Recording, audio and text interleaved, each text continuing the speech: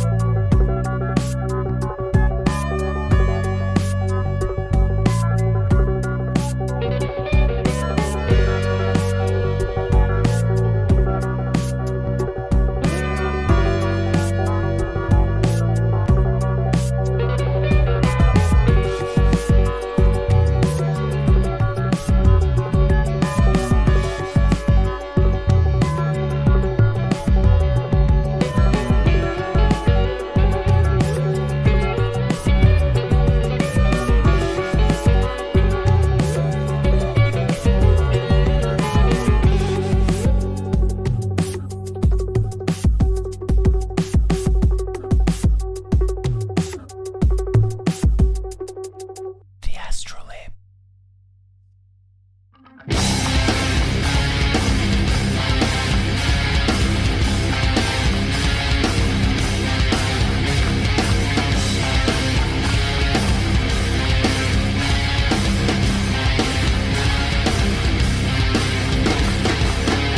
Time to end this suffering. I need a minute to myself. So I drift away.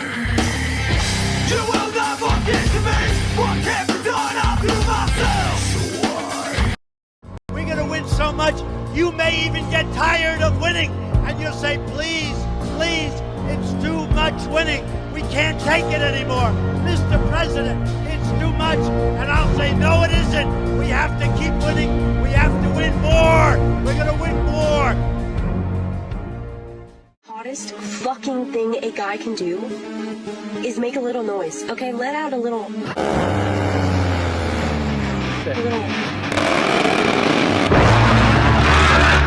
Hold on, they're not.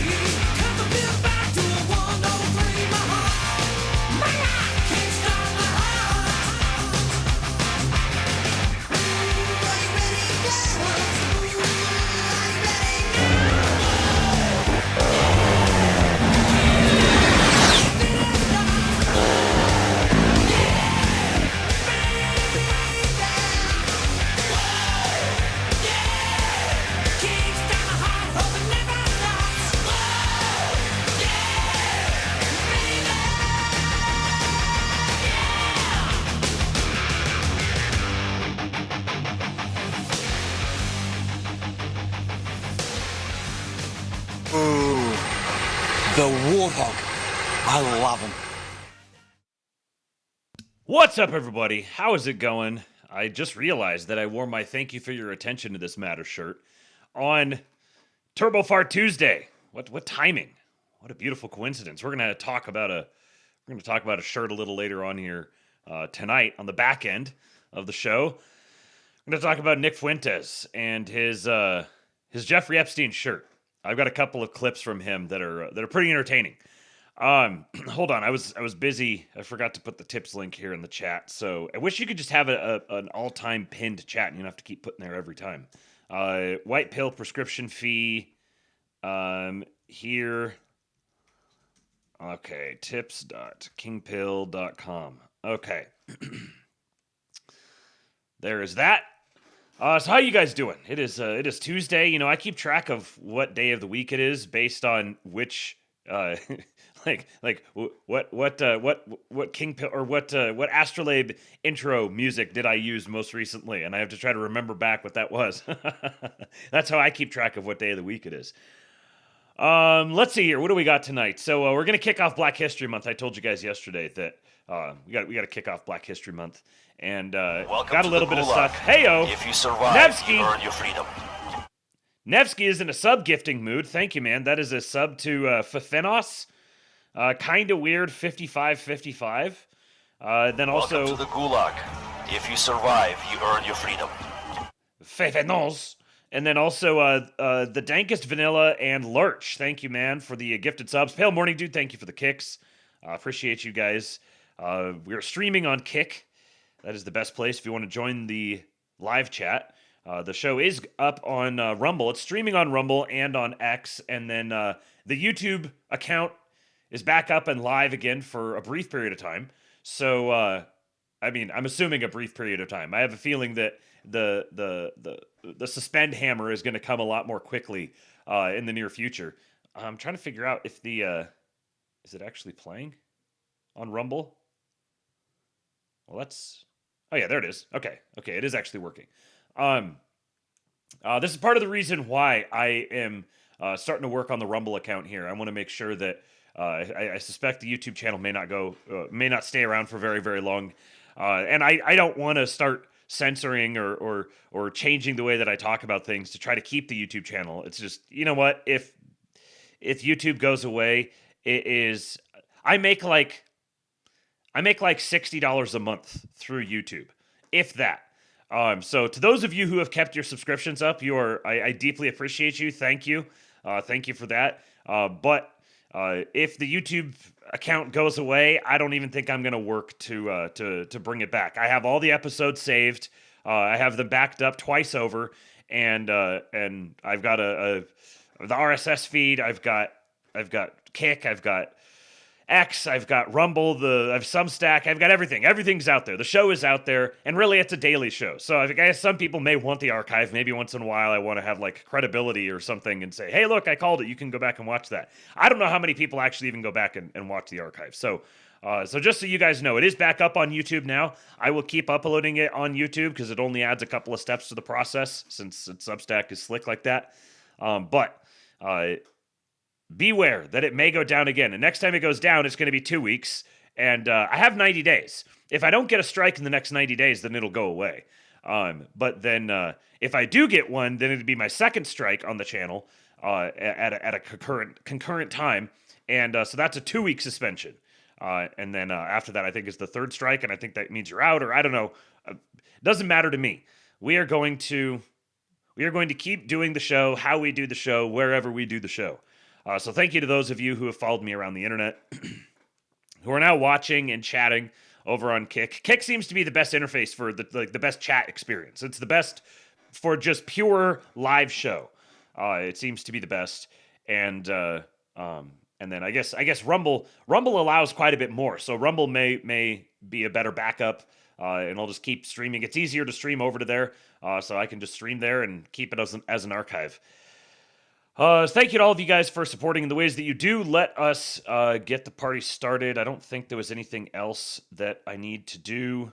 I did switch around. I switched up my screen here a little bit because I found that I'm sitting here like looking way off to the side. And so I kind of moved things around. So it's going to take me a minute to keep track of that. I did also add a couple of the sound bites. Cocksucker, stop. And then this one. Gentile. I think we're going to get a lot of traction out of that one. Okay, so very first thing today. See, here we go. Where's my mouse? There it is. Okay, very first thing today. This is a tragic story. Tragic story. I did the whole long bit about women yesterday, and read the tweet from Devin Erickson. And the absolute state of our women today, man, it's getting rough out there. And this is just yet another story about the problem with our poor moms. Look at this video. Look at this video. This is what's wrong with America right here. We got a pregnant woman having a change in AC filter by herself. No husband in sight. No, she probably doesn't even know who the dad of the baby is. This is the problem. These women in America are just having these babies. They're not staying with the dads. The dads aren't sticking around. They're picking these low life, deadbeat dads. Nobody around to help them. Just having to do all this herself. And she's just gonna get bigger. She's gonna get bigger and bigger, more and more pregnant. With no.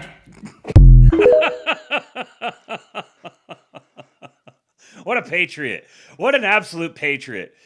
The light of the light of her life. You know that she loves being married to that big old boy wearing the Alabama hat. Here we go. I told you guys we're not talking Jeffrey Epstein stuff yet because I haven't found anything interesting enough to talk about. But we'll do a little bit just for a treat. First thing I see opening TikTok. Wait, Jeff. You recording Charlie? Donald, we're waiting for you. Did he? You coming too?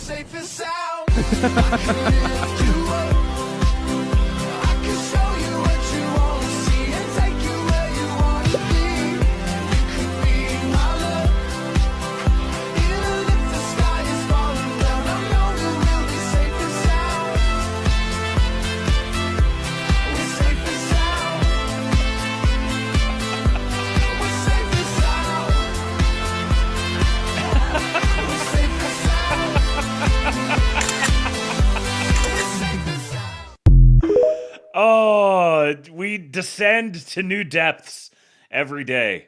And yet the deeper we sink, the higher we rise. Beautiful, beautiful work. Excellent work. Please, meme makers, please continue. 10 out of 10, 2 thumbs up. Very much enjoyed the experience. Would happily experience it again. Keep them coming. This one is a great entry for the absolute audacity of these bitches. The German government just posted this video on TikTok with the caption, Europe. For sure. I'm not kidding. Look at this. Watch. You could teach a college class off of this 142-second video. Watch this. He would immediately head right back for the mountains. But why? We do prefer respect to bullies. We do prefer science to plotism. And we do prefer rule of law to brutality. It's a good place. And my guess is that it is largely underpriced by the market. European friends. Loyal. For sure. Competitiveness. For sure. Defense of freedom. For sure. Security. For sure. A rule of law. For sure. Justice, peace, respect. For sure. Europe must stand together. For sure.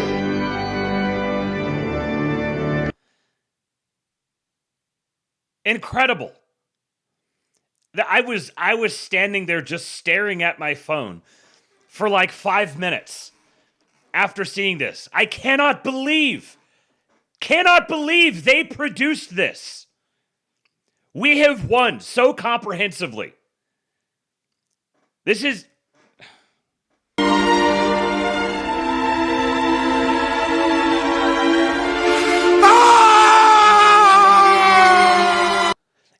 No, I was not playing the for sure's. This is me. For sure. For sure. For sure. But those for sure's were actually in the video. Where do you start with this? Okay, they're blatantly ripping off our memes. The fucking EU is ripping off our memes. Literally using the forbidden song.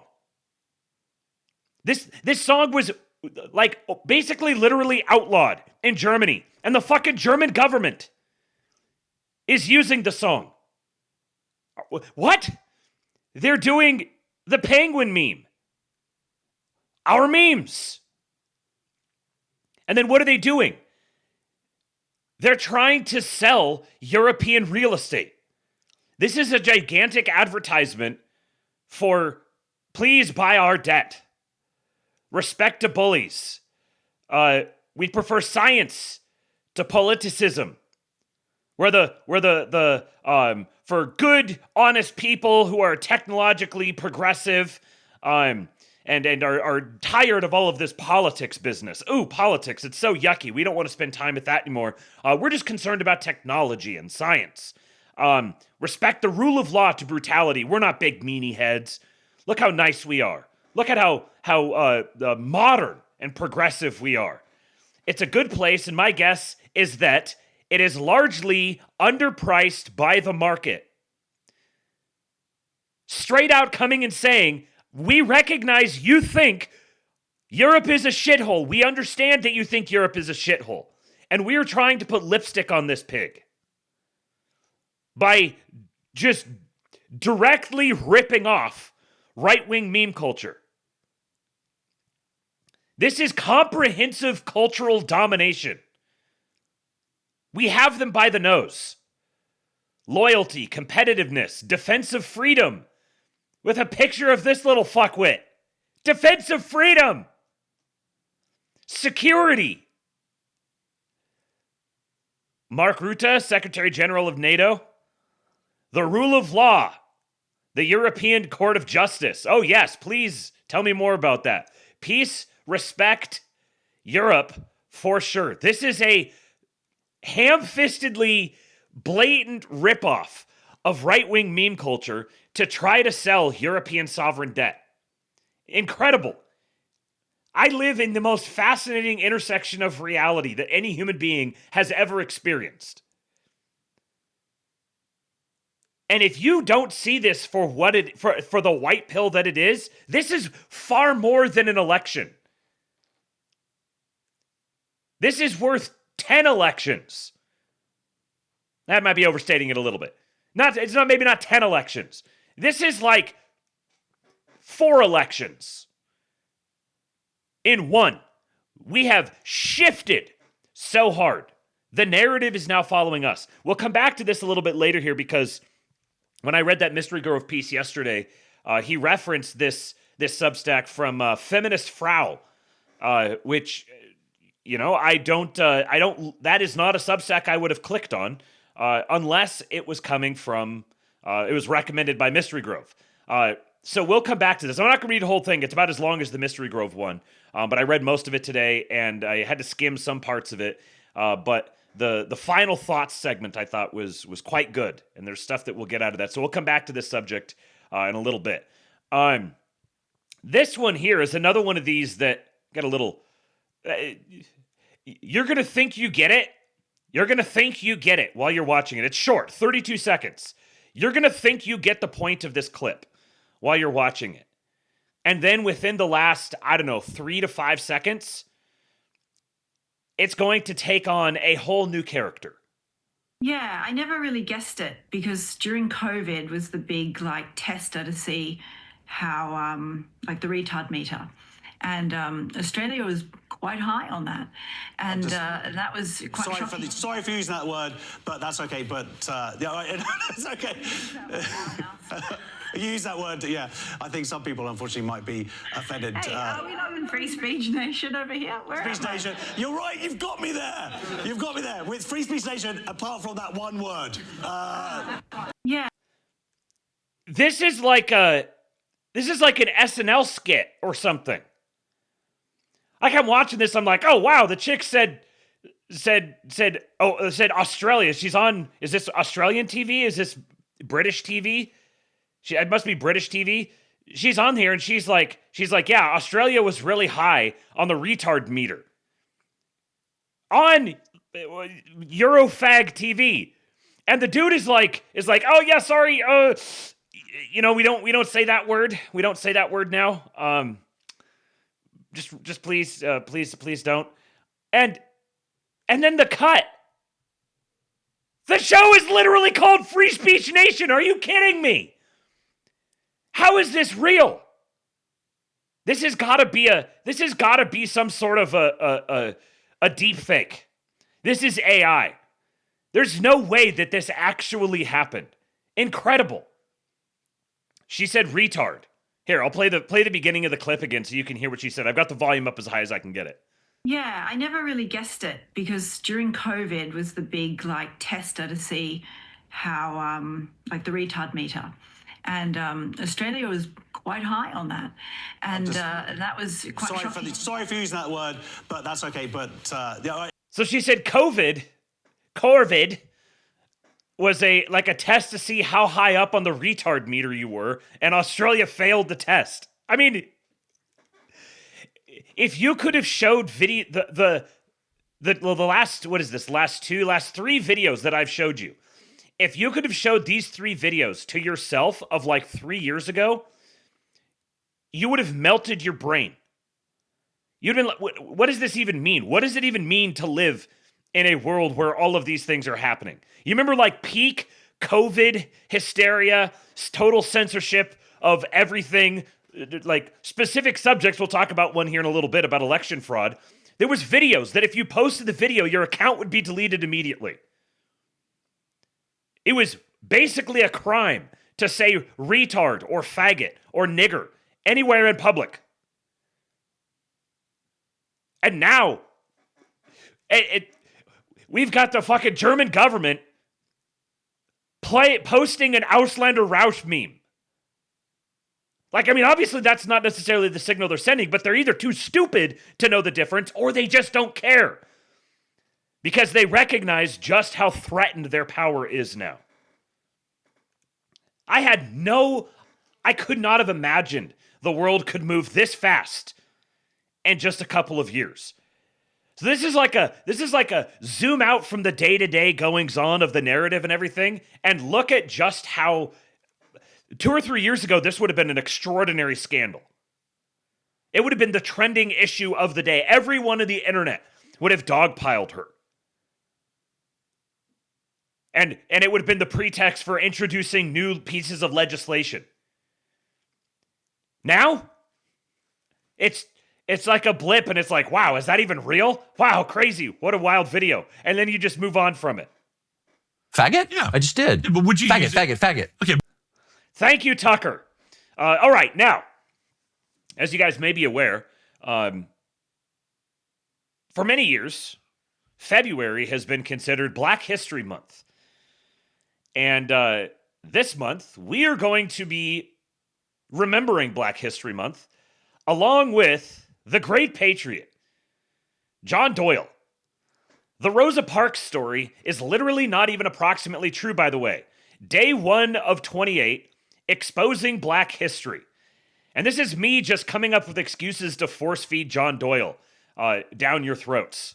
You need to take John Doyle all the way into your throat and consume everything he produces. Day 1 of exposing Black history because it literally didn't even happen. So we all know the story, right? 1955, Montgomery, Alabama, Rosa Parks, she's this tired seamstress. She refuses to give up her seat to this white guy after a long day's work because her feet hurt. She gets arrested for this, and then it sparks a bus boycott. She becomes the mother of the civil rights movement. She's now remembered as a brave hero who stood up to power. The entire thing was a planned publicity stunt from the beginning. By 1955, Rosa Parks was already an experienced left-wing activist. She and her husband were attending Communist Party meetings. Also, her husband owned a car.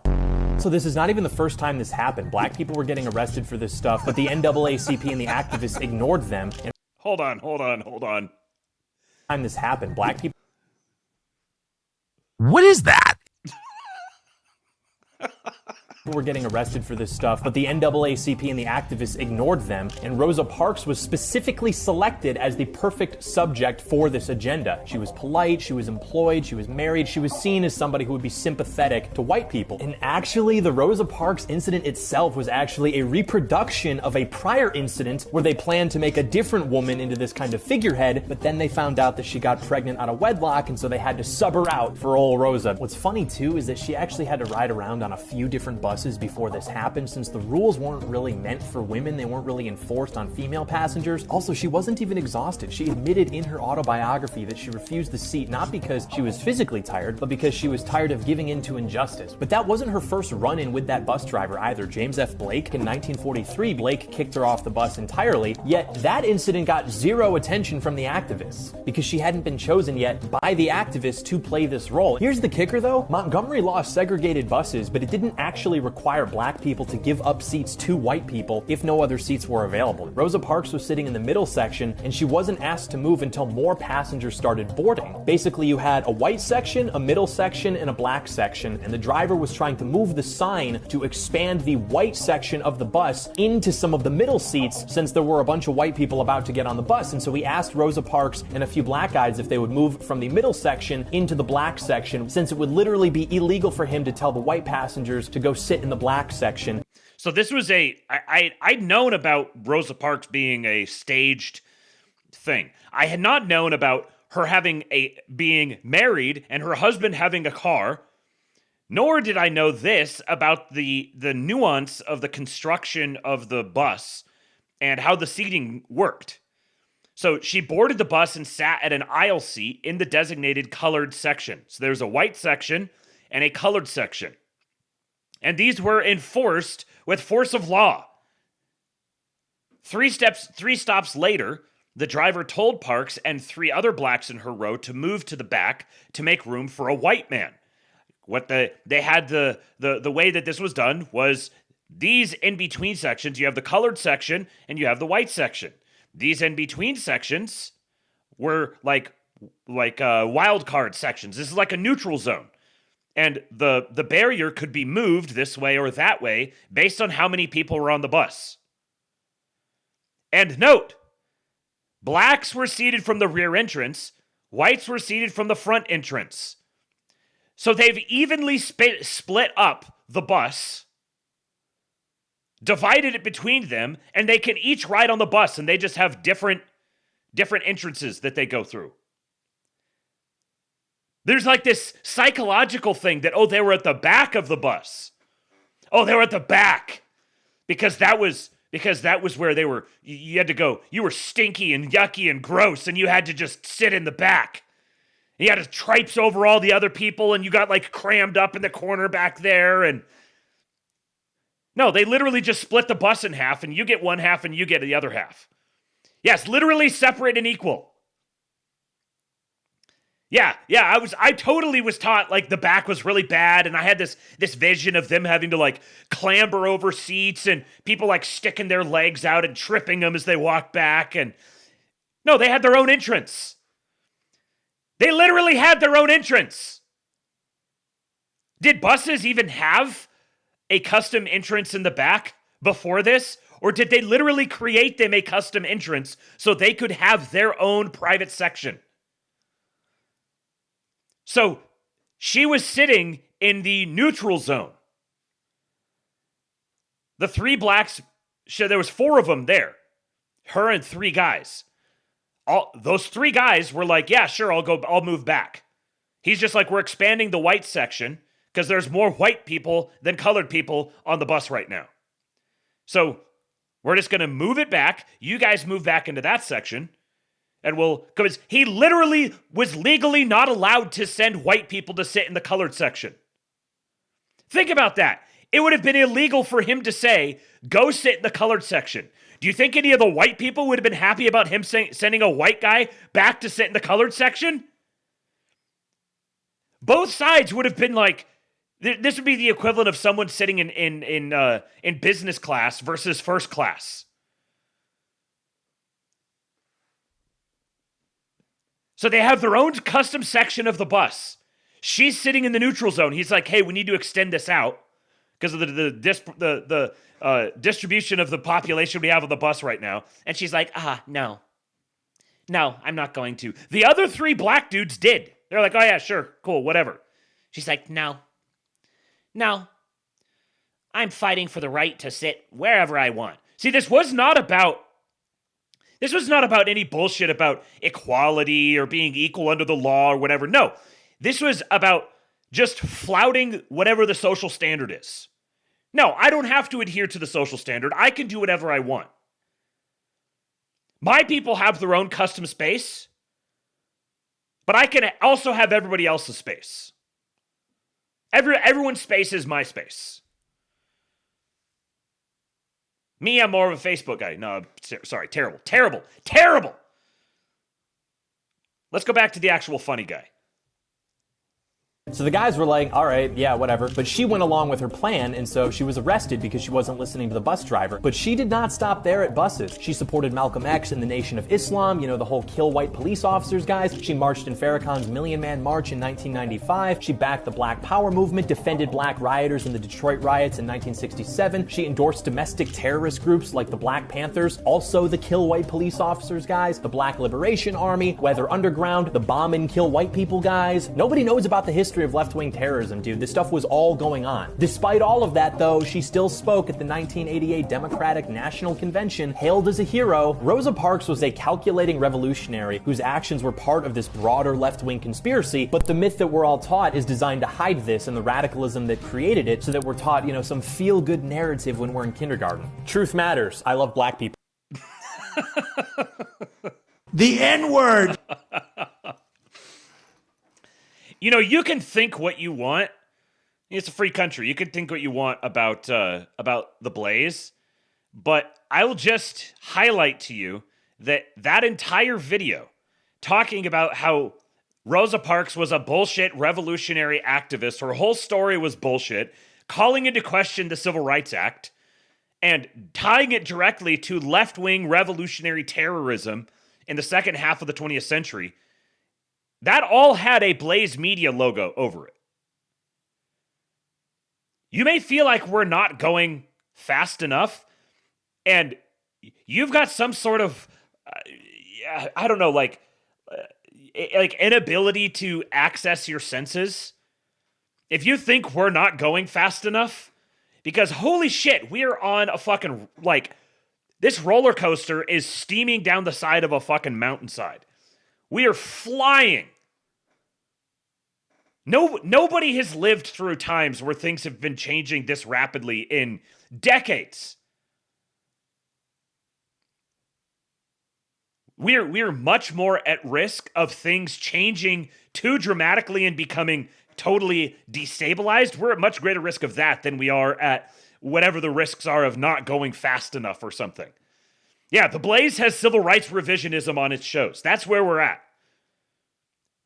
This is not something that is just going to get battened down by some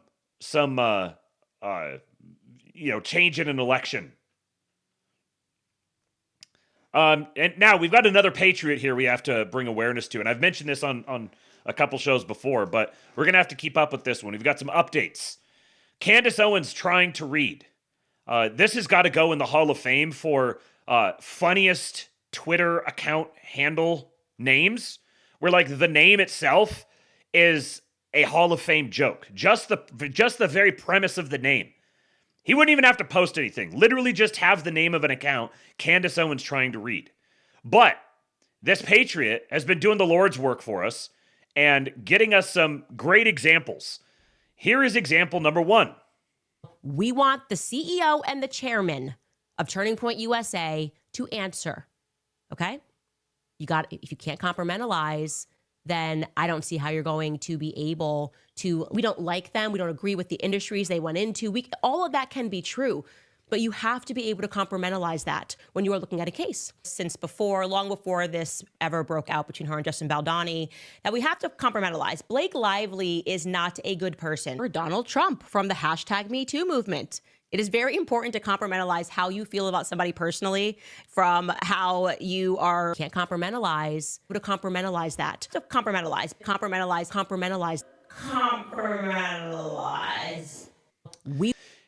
You know, this could be charming if she was in an environment that was like, I don't know, like The Breakfast Club or something like that. If she just leaned into her own person and just embraced that instead of trying to be a like distinguished posh white lady, then this sort of thing might actually be kind of charming. But I mean, look at her freaking hair. Look at everything here is just pristine detail on every single thing all around her. And then her content is fucking completely pants on head, batshit insane. She moral fags at everyone all the time while mispronouncing really basic words completely confidently. And don't give me this like, oh, it's just, I never heard the word pronounced out loud before because I only read it. Oh, see, this proves that I read. Because I've only ever seen the word read before. I have 100% used that excuse before because that excuse is real. But in this case, no, if you could read, you would know that it's not compartmentalize. You cannot be a snide, slanderous, arrogant, egotistical bitch and also be incapable of pronouncing relatively basic words improperly. The account is Candace Owens trying to read. It's at Candace Reading 1. Here's another one.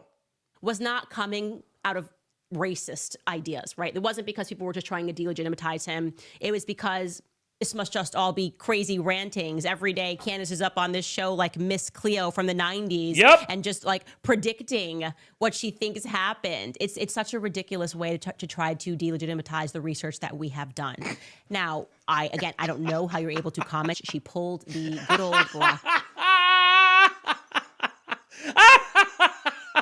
She's so pissed off at being compared to Miss Cleo. So pissed off at it. She's trying to keep it together.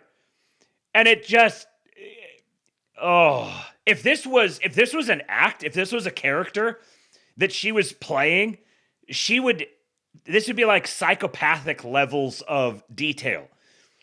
To pick out that sort of thing and intentionally insert it there, that would be a very fun world to live in. I would have tremendous respect for her if she was pulling off a performance art piece like that. But I've only met her once and it was just briefly. So I don't want to just characterize every single thing about her based on what my experience was of her in that moment. But every other thing that I've seen of her corresponds to what I saw of her in that few minutes. She is this person. Obama dropped a book, an autobiography that was meant to legitimize her to the black public. And everyone that should be using their platforms to try to get to the bottom of what happened to him and asking similar questions is instead calling out Candace Owens and waiting for her to make a mistake so they can try to delegitimize every effort that she is making. Oh, wow. That's pretty good. Well, you must be a high IQ person. This is a great one. There's a couple more. So it was a philosophy class called Senior Sem, and he used to come in every day with a debacle, and he would ask us to just work through the philosophical question. I remember that whole debacle. This debacle with her earrings. The Hamptons debacle came up. The Brett Kavanaugh hearings and debacle evolved in this entire debacle, okay? The FISA debacle. His recent non-vote on the FISA debacle, and Kanye West debacle, Christ is King debacle to Christ is King debacle. That's the Jeffrey Epstein debacle. And Jeffrey Epstein, this whole debacle could never had any sort of a debacle ever in my life. I think that these people are not humans, that they're sentinels that maybe look like humans. What a debacle. Anybody else feel the same way? Oh, this dude is a patriot. Patriot, wizard, legend, king. Lux Imperii says what's notable is that there is nobody in her orbit able or willing to get these repetitive mistakes to stop. Insanely embarrassing. Yes, 100%. This proves, I saw someone else in the chat said that this proves that, Colin Rosh, he said, this gives us another insight. Her employees are too scared to correct her, lets us know she's a bitch. Yes, that is exactly the experience that I had of her. This is entirely consistent with her personality. She's got a bunch of employees who are working with her, who are probably getting paid pretty well, and they cannot stand her.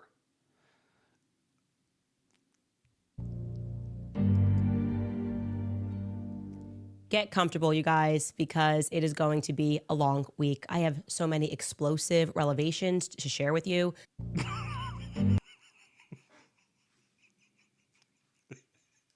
The music. The dramatic pause.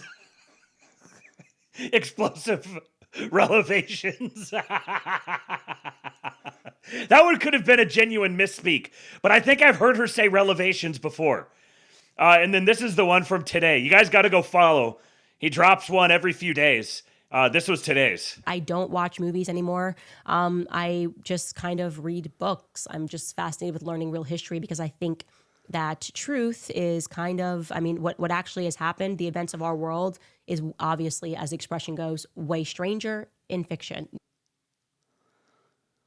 Truth is kind of, I mean, what actually has happened, the events of our world are obviously, as the expression goes, way stranger in fiction.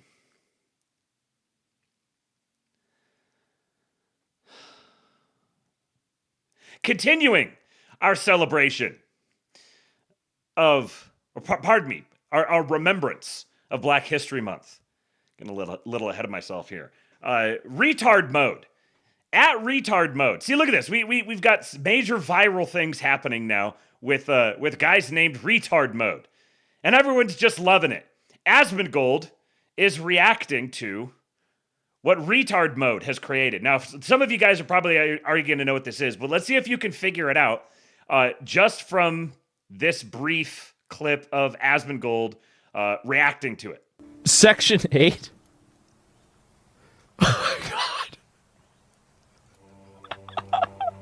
Oh my god!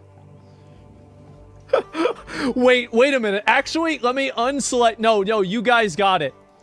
Payday loans. I want to know payday loans and Hellcat sales.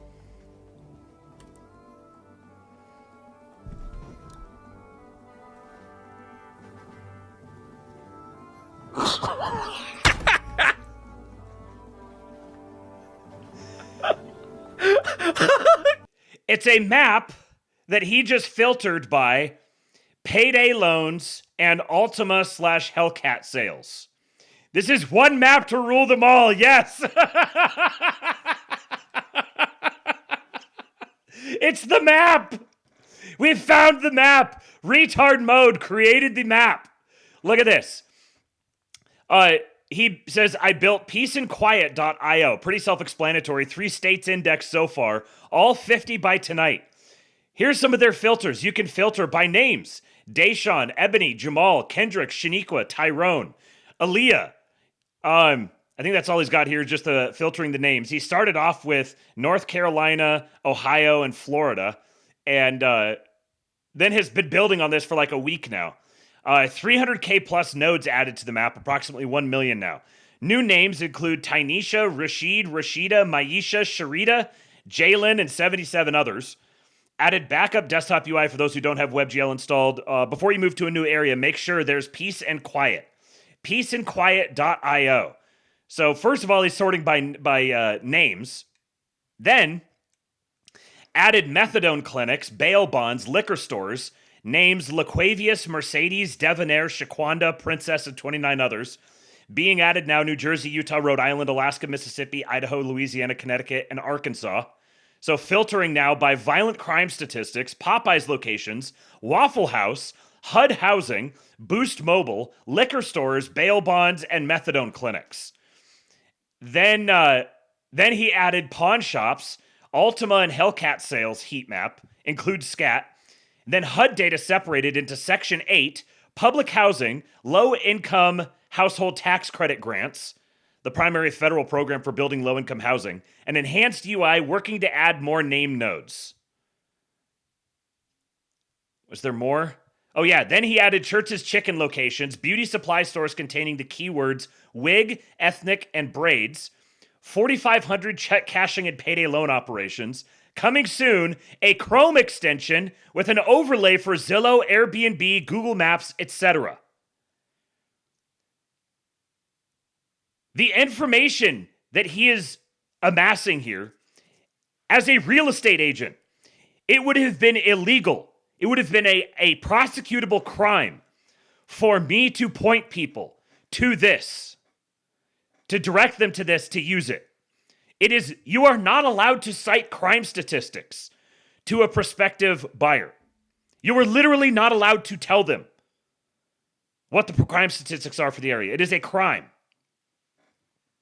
This man has provided a tremendous service to everyone. I think there's a couple more here. Let's see here. Share it. Biggest update yet. The PQ index. a dynamic neighborhood quality score, over 100,000 hexagonal cells enabling neighborhood level granularity. Each cell calculates a weighted composite score accounting for disparate population numbers based only on which of the 11 data layers you have toggled on. Instead of seeing a rainbow of dots and doing mental math, enable the PQ index and we'll use those data points to show you how well you'd like any given area. Crime layer not configured yet, need to get more granular data. New states, there's a whole host of new states here. Expanded 150 plus new names to existing states. So like, there's a whole list. You can come look at this. If you want to find it, just go to peaceandquiet.io and see if your state is on it.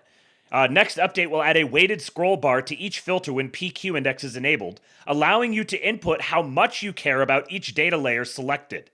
Church's Chicken and Payday Loan data is coming, by the way, are two most requested ads. Technical is sped side up, dynamic imports, minify static files, API caching, etc. Last note, this will always be free, but it's costing me thousands of dollars. If you want to help, there is a support this project drop-down bar on the website. Look at this.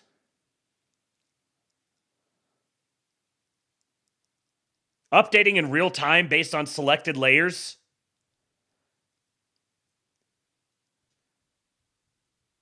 This dude is a patriot. Yes, this is heroic, Wit. No kidding. White people stuff. This dude should never have to buy a drink again in his life.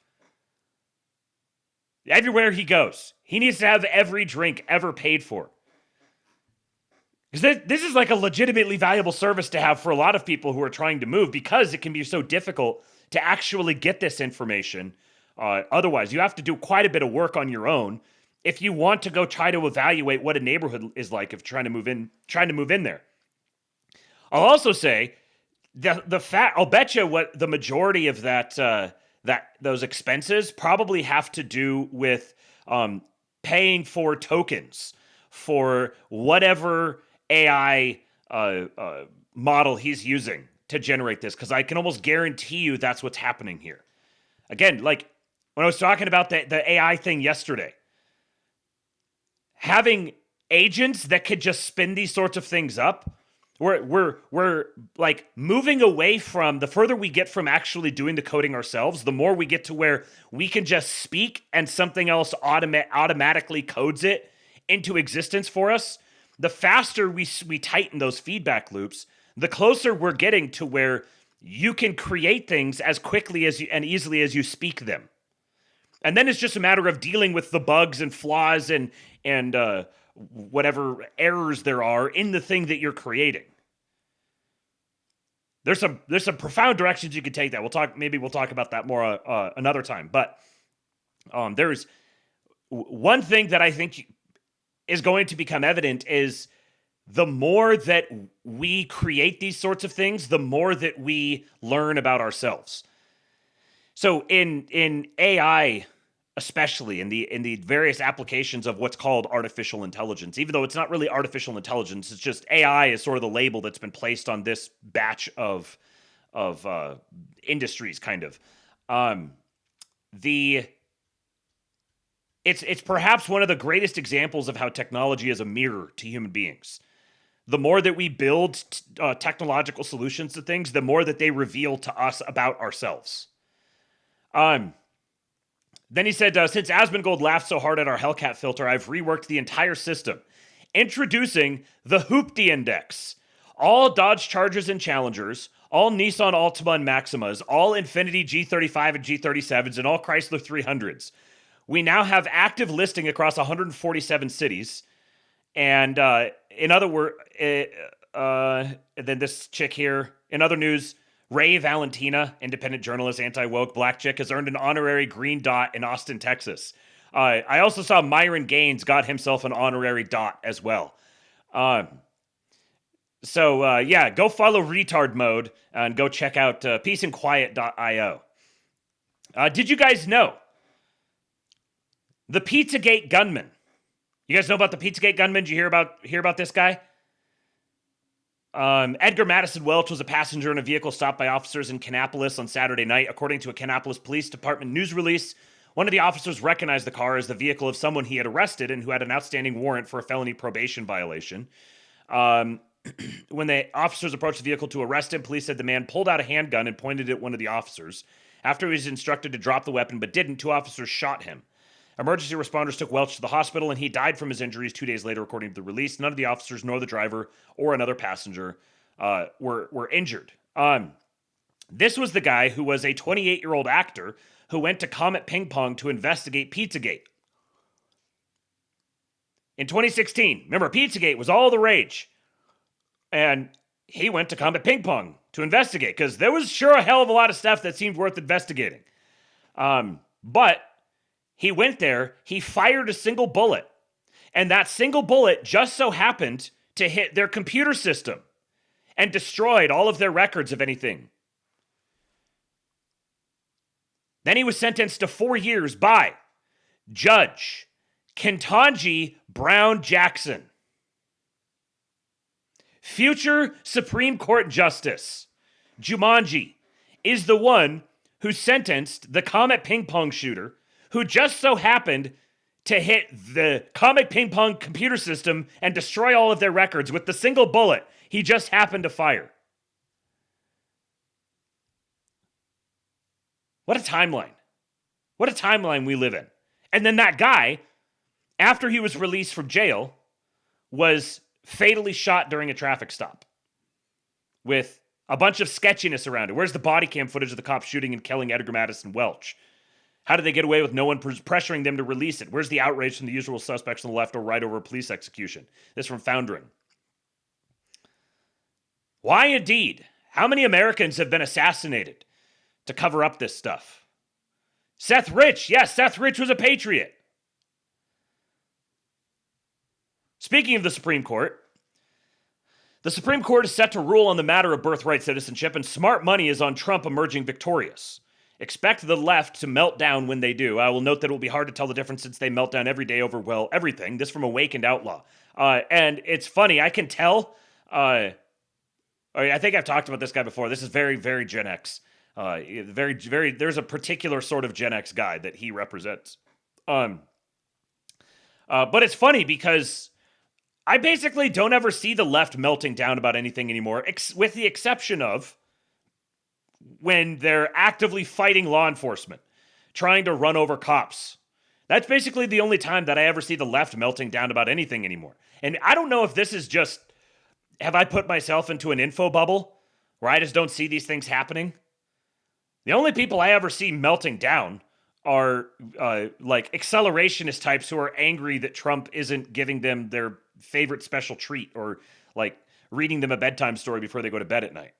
But anyway, so we're going to do a little Schmidt posting here. Senator Eric Schmidt, my currently in the running to me, the favorite in the running for me to be J.D. Vance's vice president.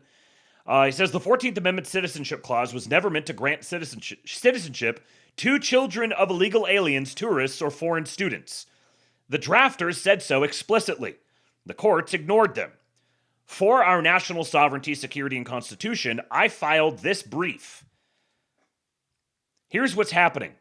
President Trump issued an executive order clarifying that the Constitution doesn't grant automatic citizenship to children of illegal aliens.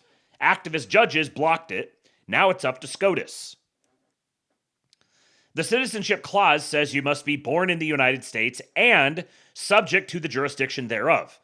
Courts have read jurisdiction to mean anyone who has to obey our laws. But that's both misreading the clause and not the drafter's intent. The Constitution proves it. Look at the text.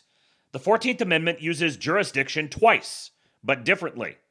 Citizenship Clause says subject to the jurisdiction thereof, meaning complete political allegiance. The Equal Protection Clause says within its jurisdiction, which is territorial and everyone on the soil. Different words, different meanings. Senator Jacob Howard, the man who wrote the Citizenship Clause, said the quiet part out loud. The clause will not, of course, include persons born in the United States who are foreigners, aliens. Not ambiguous, not a secret. He said it on the Senate floor.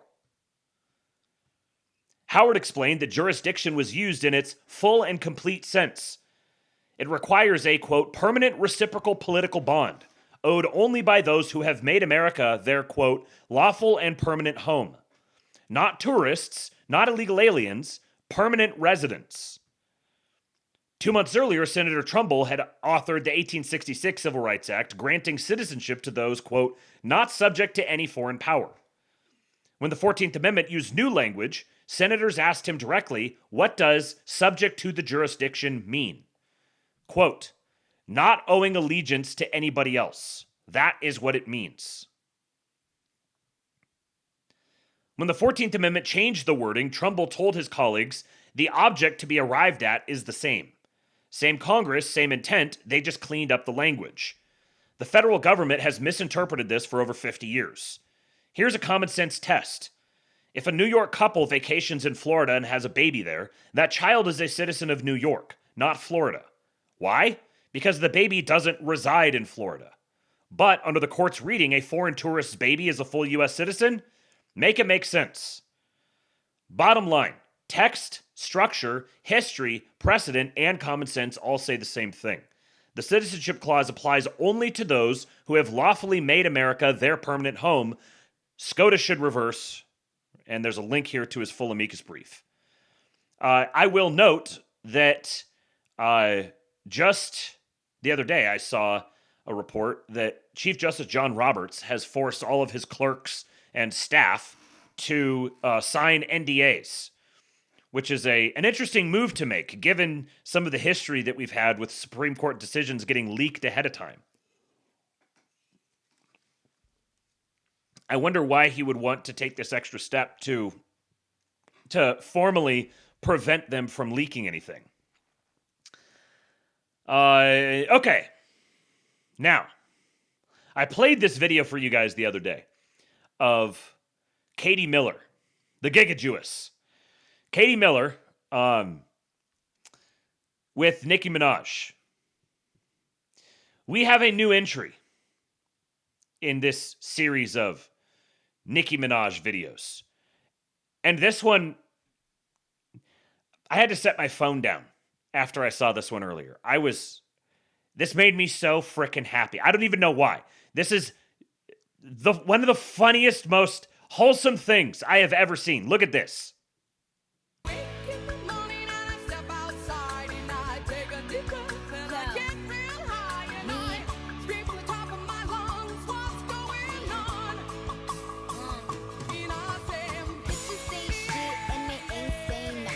Look at his head!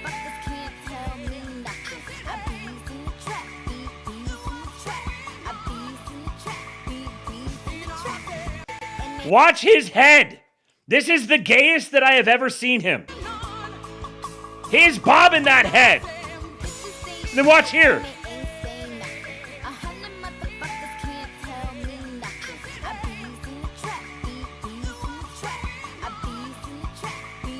Scott Besson is so fucking gay, man. He is such a singular character. We have an aristocratic, gay, pugilistic Treasury Secretary. Openly gay Treasury Secretary who likes to sock nerds in the eye. How did this possibly, who's writing the script here? Gay boomer, American patriot, heritage American, Treasury Secretary. Openly gay, likes to punch nerds. Just incredible. This is another one of these things. A few years ago, if I'd have suggested to you that you would have videos being posted by the personnel of the Trump White House with the Treasury Secretary, an openly gay man, dancing with Nicki Minaj, while he proceeds to rescue the American economy and restore us to the to Hamiltonian political economy. He's just going to take some time off and go dance with Nicki Minaj for a little bit.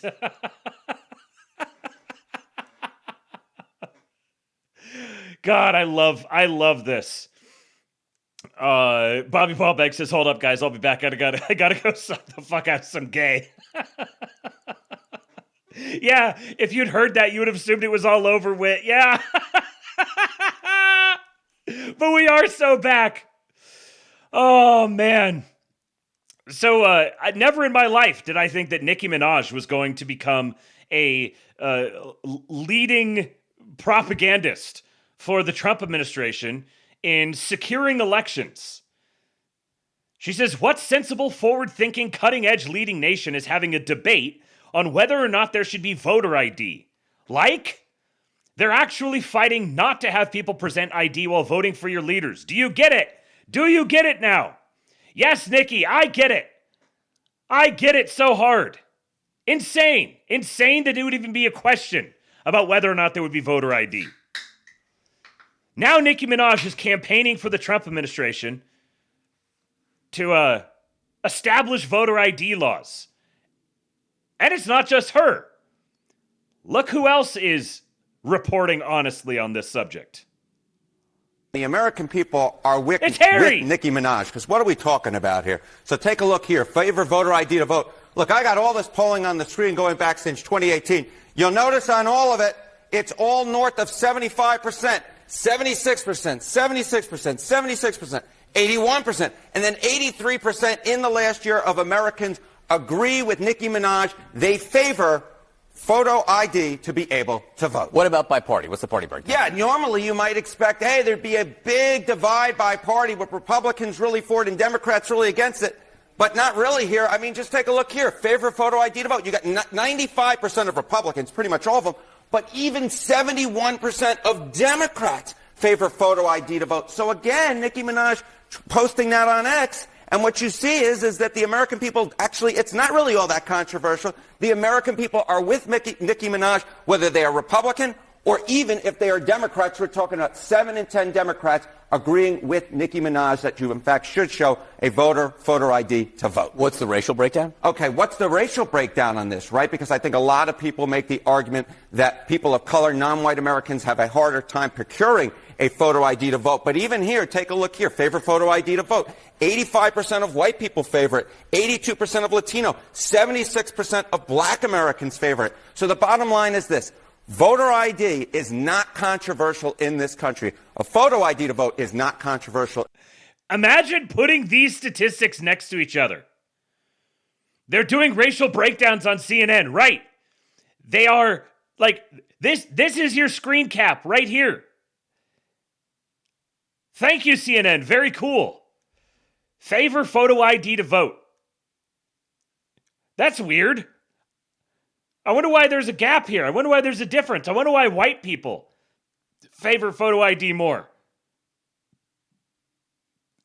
This is CNN.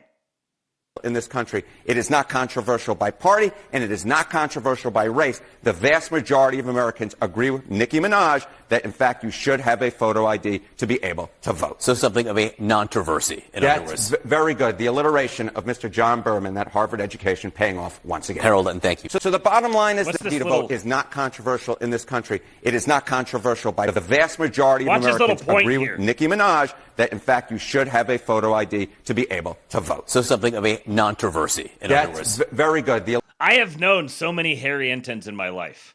Yeah, that is not alliteration. I don't know where he came up with alliteration there. But you know, we love him anyways. We love our micro Jew, Harry Enton. He's no Will Stansel, but he is he is one of our great guys. What was I going to say? Oh, so if the overwhelming supermajority of Americans favor voter ID, I saw someone in the chat said, why hasn't it happened yet? That's a very good question. And that's a very good question to continually drive into people's minds. Why hasn't this happened yet? Why hasn't this happened yet? You know what's a really good way to make people think that thought? To like kick off that potential thought process? Have a big, garish production like bringing Nicki Minaj in and have her just start calling Don Lemon a cocksucker and comparing Gavin Newsom to the Chucky doll and totally making a massive scene, forcing it into a story because of just the pure dramatic chaos of it all, and highlight this issue over and over and over again. Right at the moment that the SAVE Act is being hammered away at in Congress. We're down into like super deep weeds senatorial process bullshit. And I'm not even going to follow it really closely because I'm just going to take a cue from my president. When my president says chimp, we're going to chimp. For now, things are progressing along and there's going to be this thing and that thing and up and down. And until things are final, who knows?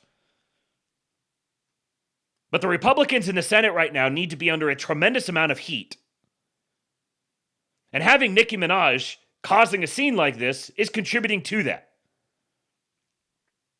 It was very fortunate for them that right at the moment that the SAVE Act is starting to be really pushed, they're trying to actually get secure election legislation through Congress. Oh, all of a sudden we've got Epstein stuff everywhere. Oh, interesting. What a fascinating time for that to drop. So speaking of elections, we had this raid in Fulton County, Georgia, with Tulsi Gabbard reappearing all of a sudden. A couple members of Congress, Mark Warner and someone else, I don't remember what his name, I don't remember who it was, but they wrote a letter to Tulsi Gabbard and demanded that she come testify in front of the Intelligence Committee about why she's breaking protocol or whatever with that raid down there. And she sent him a letter back and said, here's all the legal pretext for what I was doing. I was working at Trump's behest and you can go fucking shove it. And I'm not showing up to testify at in front of your stupid committee. So again, these are the things that are going to take a very, very long time to work their way through. So, I'm not sitting here thinking, this isn't a story to just hang on day in and day out because you'll kind of drive yourself insane if you do. But I've got a couple of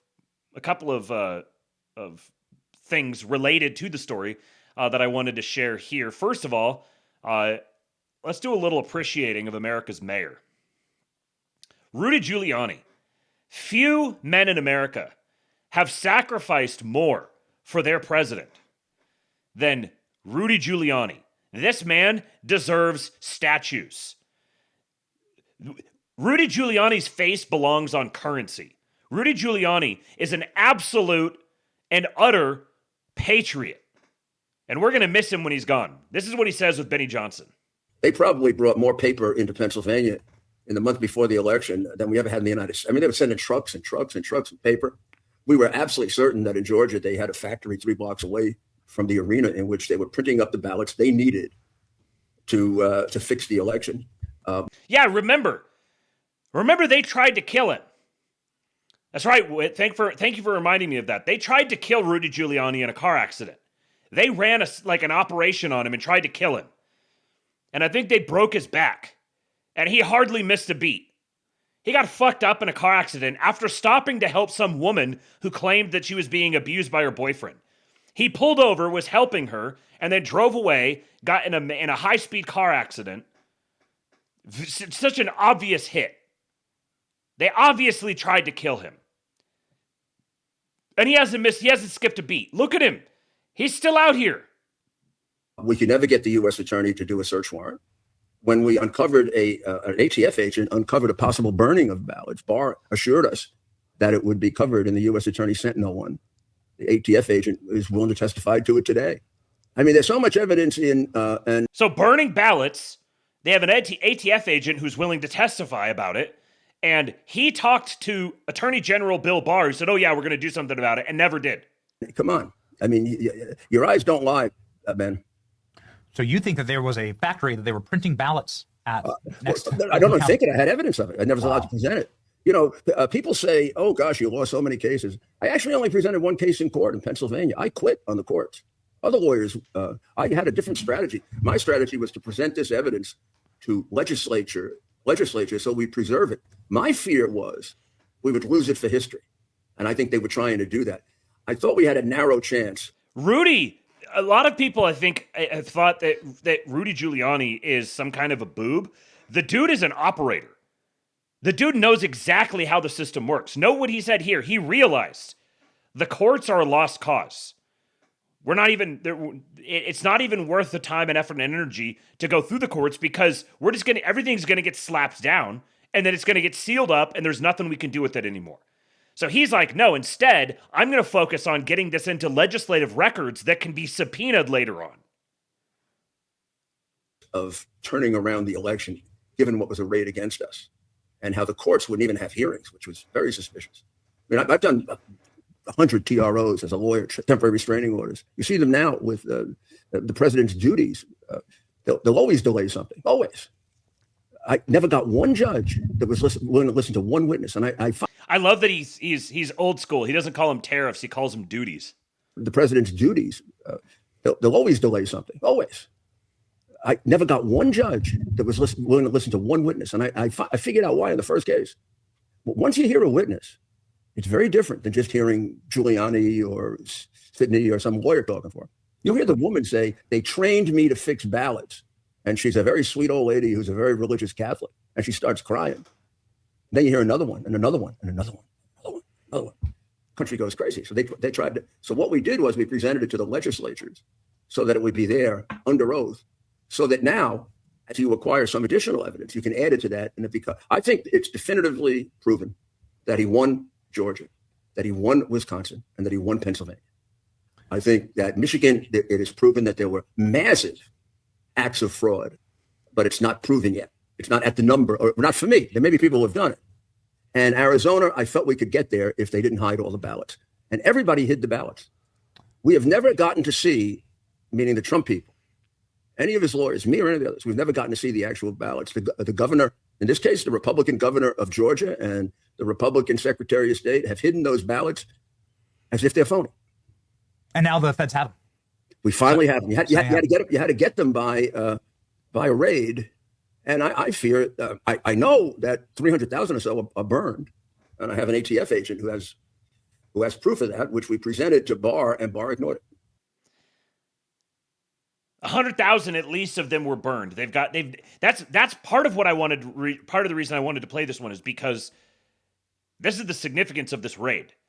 They actually have allies of the president actually have access to the ballots now for the first time in that area. And this was presented to a judge who saw sufficient evidence for criminal behavior to justify signing off on the search warrant to go in there. And Tulsi Gabbard went and showed up there personally. This was an FBI operation. This is what Mark Warner, the senator, was upset about. He's like, this is an FBI executing a search warrant. Why are you, the director of national intelligence, snooping around in there? She was there to ensure that there wasn't any funny business. I think she was also there to send a message to it, to get this story out so people can start talking about it, because it's significant. If Tulsi Gabbard shows up all of a sudden after being nowhere, nobody knew where she was. People were wondering if she was even still in her job anymore. And she, all of a sudden, reappears. Where does she reappear? On the ground in Fulton County, where they are getting access to these ballots for the first time ever.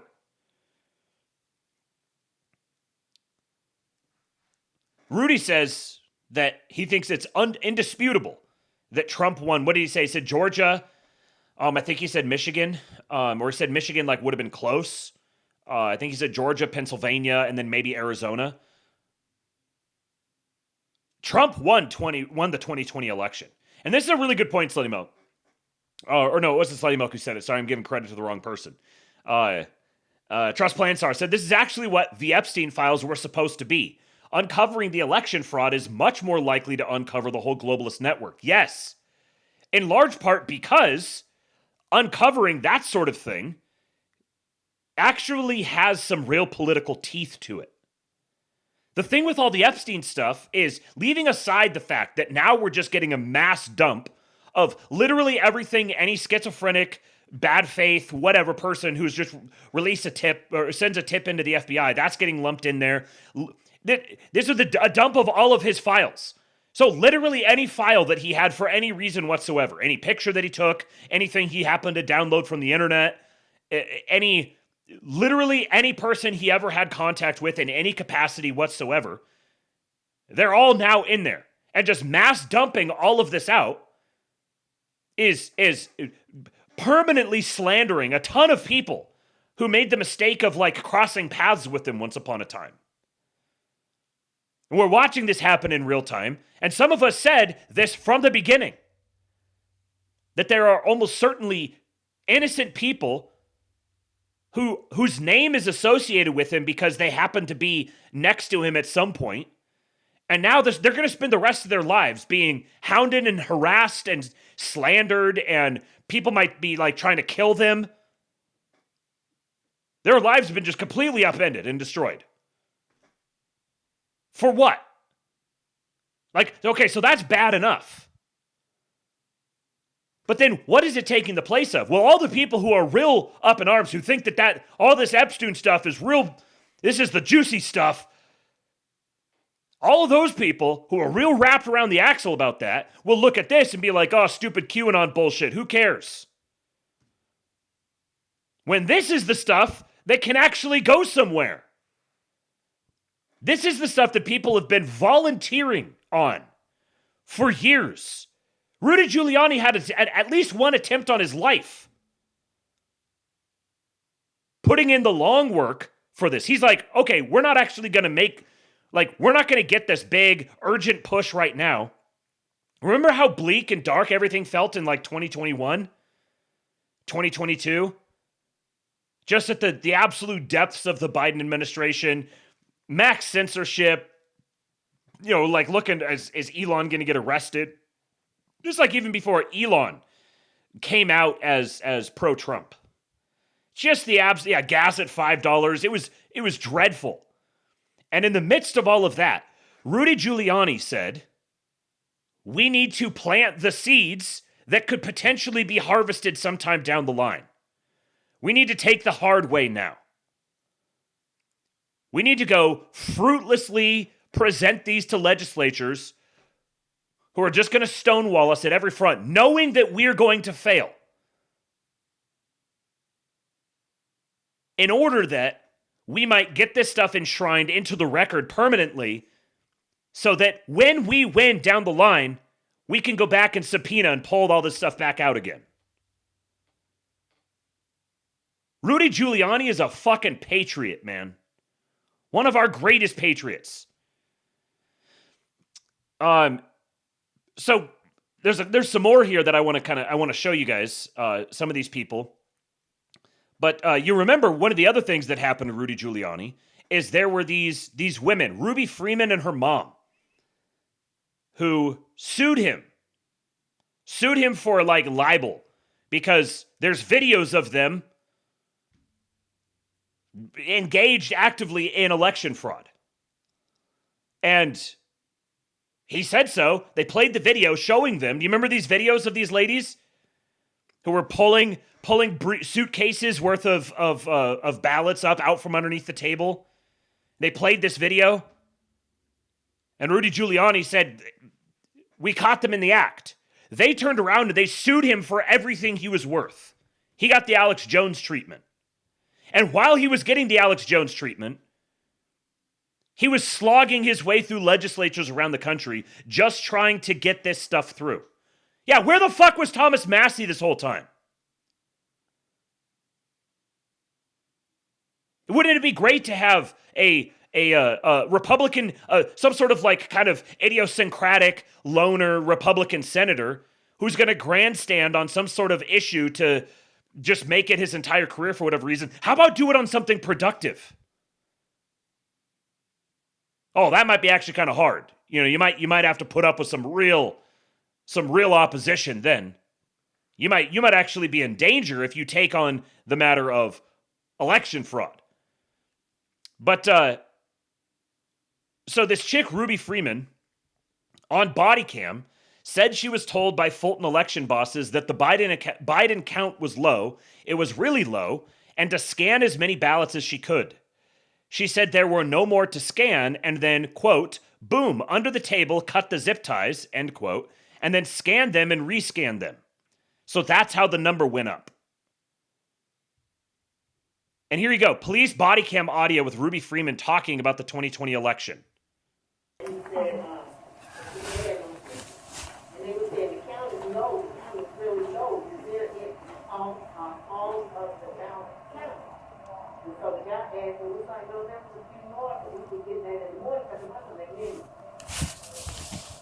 they said, well, count as many as you can, count all of them, you know, count. So my daughter said, Mama, get on the scanner. And I was like, you know, because I didn't scan. She said, we need to get this so we can get on out here. So that was the reason nobody else was scanning, because there was no more work to be done. They said, the scan. So it was no good. It didn't make any sense. Nobody did it. And we just gonna put those in and plug it. So when they said that, pull them under the table, touch the zip tie to scan it. So the number would go, because that's how the number was created by the ballot going to be sent. So once all of them was done, they got the final count, we put the ballot back in the bucket, the bucket, and zip tie, put them back on the table. That was the reason the ballot came out from under the table and reopened the bucket. So they ran out of ballots to scan. Oh, don't have any more. And then all of a sudden, boom. Pull out these bins from under the table, unzip tie all of them, and scan them. And when they were done scanning them, put them back in the bin and put them back under the table. This is audio captured from official Cobb County Police body cam. They would not, they would believe it, because I'm good at explaining myself if I don't, if I'm right. That's why I'm not. I'm reading. I'm not that knowledgeable, because the last one I did the voter registration with Trump, I was in, it was not Trump, President Obama. It was nothing like that. You know, we're talking about years later, but 12 years later. So it was nothing like that. It was small. We was in a little office at the government center. So this was major. So the way you did things now, even the scanning and the cutting and everything is totally different. And I didn't work in that mass, in that big place like that. Nothing like that. So everything I learned from this one right here, I learned right now. I didn't know any of this before I started. So she's describing how she'd worked in this position as an election worker before under Obama, and all of the processes and everything they did was totally and completely different. And then compared to what now. So she's like, this is basically just how we were taught how to do all of these things. And like I get the sense from hearing it, I would need to go back and really read through the whole story again, but I kind of get the sense. Holy shit. What's happening? How are you guys pulling this off? If you put retarded before a word in the chat, then it will let anything work? Retarded faggots, retarded niggers, retarded kikes. How are you guys actually managing to write that? That's incredible. Zoomer Dylan cracked the code? Man, yet another debt we owe our Zoomers. Incredible. Patriot, Zoomer Dylan. You can do any of them. Incredible. Just, I can't even imagine how that would happen. I'm surprised that retarded is actually allowed. Incredible. So, like, I kind of get the sense that she's just kind of a generic black lady, and is just like, oh yeah, I show up and I do my election work, and they just told me this is how the process is supposed to be done, and so I just do the process the way they explained it to me. And so she's just describing how they committed fraud, but to her it's like, oh, that's just what I was told to do. I didn't start until, yes, we started in August, and for the runoff that was in August, we went over the dust, and then we came back to that. And the reason I was so excited about it, another thing is that when we were downtown, and nothing going on except people going down with themselves, we would turn them up, and we put them in by precinct, and then once we put them by precinct, you get so many, you do one group of 100, and you put them in this black box. So we was doing that, but then they needed some good people at State Farm. So they needed some good people at State Farm, quote unquote. They said, we need some good people. And she was talking about how they would break them up by precinct and do them in bundles of 100. And this still excites me because when I went to State Farm and I saw these black boxes, I'm like, oh my God, those are the boxes that I put the ballot in to come to State Farm. Now I'm having to take the ballot out. You know, so I'm going through the whole process. But when they came in the mail, right, to shipping them to State Farm and by precincts and by, you know, hundreds. So yeah, I was excited about the whole thing. But the U.S. I would love to go live with that. Because the balance is history. Even though my name is still lingering, and people don't believe what they want to believe. But now it's the U.S. report, so I need an attorney. I want to go live. I'll go live on every platform because it is going to blow your mind, and you are going to be amazed at that picture came to your mind. So she's talking about the USB ports. She's like, I need an attorney, and I'm going to go live, and I want to tell everyone about the USB ports, because she's like, the ballots are old news. The ballots are gone, can't do anything about those. The USB ports, I want to tell everyone about. Picture came to your mind, and when you thought about me, you are going to be amazed. I can't do it. I want an attorney, and I want to go live. When I get the attorney, I can tell you then, but everybody needs to know this how dumb we are.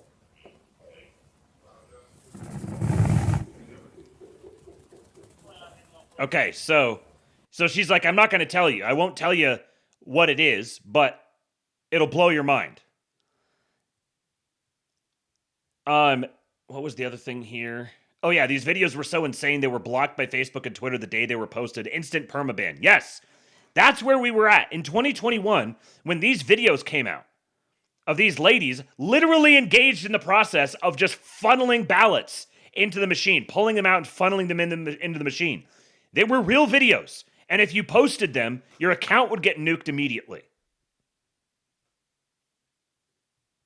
So now Fulton County is suddenly worried about chain of custody when there was zero chain of custody for all its 315,000 early votes in 2020, where the machine seals were broken, results were printed out on different machines, and were not signed or sworn to.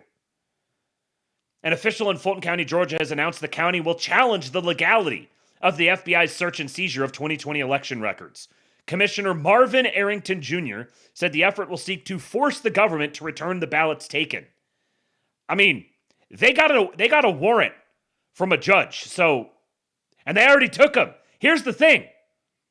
Just take them. And if it gets reversed later, well, you took them. What can you get from them in the meantime while you have them before some sort of rogue judge issues some sort of temporary injunction or something? A TRO, temporary restraining order. They got copies of our voter rolls and all the original ballots. That's what they went in and seized. They seized the voter rolls and all the original ballots. Now we cannot verify that we've received everything back because there was no chain of custody inventory taken at the time the records were seized. So even if the judges say, some judge says, no, you have to give the ballots back, like overrules the warrant, if that's even possible, and says, no, you have to give it back, they have no way of evaluating whether or not they actually got everything back.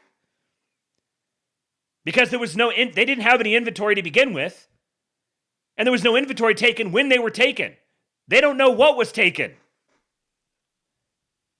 Straight up panicked now. What this means goes beyond just the president.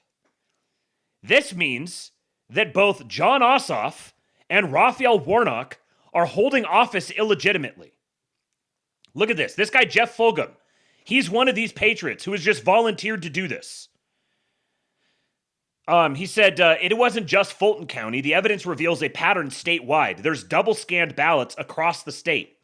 We sued Ware County for an explanation of their double-scanned ballots because they refused to offer an explanation without a formal lawsuit. Stand by. And he's just doing this as a volunteer, citizen volunteer. He says, here's why John Ossoff is in panic mode. Example, there's only one original physical ballot.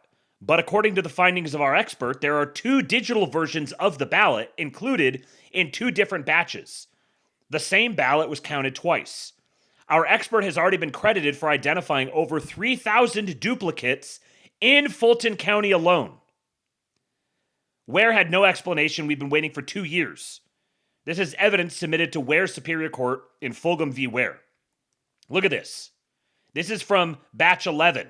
Look at the write-in signature here, John Ossoff, in batch 11. This one's from batch 35.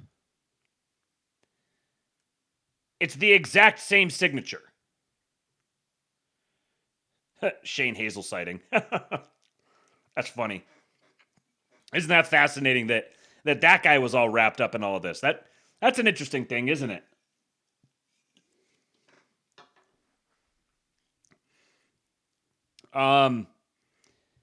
He says it gets worse. The date timestamp on the ballots from the Dominion machine obtained through an open records request indicates the second scan of this batch of ballots occurred on 11/11/2020, which was 8 days after the first scan. We sued in February 2024 for an explanation, and we haven't received an explanation yet. This is the guy whose lawsuit was the predicate for the warrant that they ultimately got. So here you go. 11/11 on 2020 is when these were scanned. The official timestamp from the Dominion machine. Was there something else here? No. Okay. So this is John Ossoff here. In case you don't know, this is John Ossoff. This is Raphael Warnock.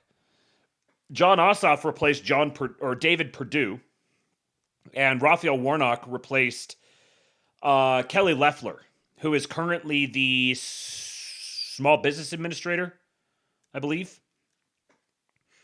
So then, what was here? He says, here's what I can share publicly. This is Jeff Fulgham again. Concerning my communications with the FBI in 2021 and 2022 with regards to Georgia 2020. On 3 occasions, I shared the details of a report I filed with CISA/DHS known as a Critical Infrastructure Incident Report.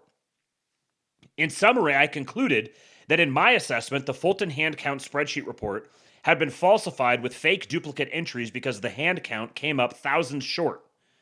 Over 1 year after my report, Joe Rossi proved in SEB case 2021-181 that these same duplicate entries were in fact duplicate votes added to the hand count, but the Georgia state officials claimed they were only errors.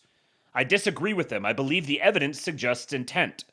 And now there is solid evidence that the third tally, the machine recount, so there was the original count, then there was a hand recount, then there was a machine recount. The third tally, the machine recount, was also falsified with thousands of double-scanned ballots to force a match with the original machine count. This evidence was submitted in this case, SEB case 2023-025. State officials have confirmed these several thousand double-scanned ballots, but again are claiming errors. We believe the evidence suggests intent, and apparently someone agrees with us. So the state has confirmed those double-scanned ballots. But they've said, oh, it was just an accident. No, there was no intent here. This wasn't done on purpose. Nobody's responsible for this. It was just an oopsie. Here's a copy of his email to CISA, submitted December 13, 2021. He said, here's just one example of a duplicate batch entry in the Fulton hand count. The batch of ballots had Trump 4, Biden 93. It was entered twice, which gives a fake net gain to Biden of 89 votes. And then I had a couple more from him. New for Fulton County 2020, evidence in a 2023 complaint submitted to the Georgia Inspector General proves the Georgia Secretary of State knew the Fulton hand count was thousands off and had ballots scanned twice. But this fact was covered up. Our Georgia 2020 citizen investigation also included an investigation into the cover-up. I filed the attached complaint in October of 2023. It shows the following. Raffensperger, who was the Secretary of State for Georgia, and Gabriel Sterling claimed that the hand count matched the original machine count, arguing that this proved no fraud. 2.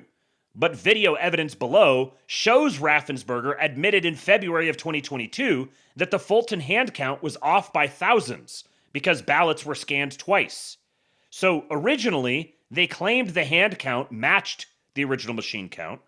But then in February of 2022, Raffensperger on a podcast admitted that the hand count was off by thousands because of double scanning. Yet months later, in mid-2022, Raffensperger and Sterling testified to the J6 committee that the hand count was, quote, dead-on accurate and that no ballots were double scanned. They provided false information to Congress.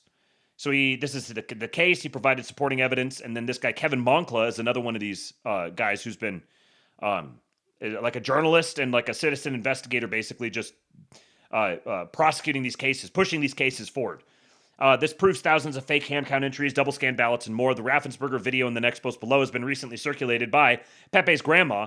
This is a lady who's always in Data Republicans' orbit. So here's there's another one where he gives a list of a bunch of the people that were involved in this. He's got some just the proof, the exact quotes of what he'd summarized. And then here's the video of him admitting that the ballots were counted Welcome twice. to the Gulag. If you survive, you earn your freedom. Thank you for resubscribing, Super Skunk. Appreciate you. Also, P. Bandersky, I see you resubscribed as well and said, Massey is a joke. So true. So true, Massey is a joke indeed. So here is Raffensperger on this. First of all, I gotta, this is a set. The voice of rural America. That is a set right there. So this is in February of 2022. Brad Raffensperger, the Secretary of State, Republican Secretary of State, is on the phone with the host here. Nothing. I keep going back. Well, that's why if you look at, but Brian, if you look at when we did the 100% hand recount, we found 3 counties that messed up, fairly significantly. Floyd County, and that election director eventually resigned, and they found a new election director. But that got reconciled through that process. His mistake got caught because we did the 100% hand recount. Number 2 was Fulton County. All of a sudden, they were off by several thousand ballots. Well, it's because you scanned some of these ballots twice, and so that's how that got reconciled. And then the third one was Fayette County, and Fayette County actually had run a good June primary. So did Floyd County. Fulton County, though, continues to mess up, and so I'm glad there's accountability finally for Fulton County. But I sailed.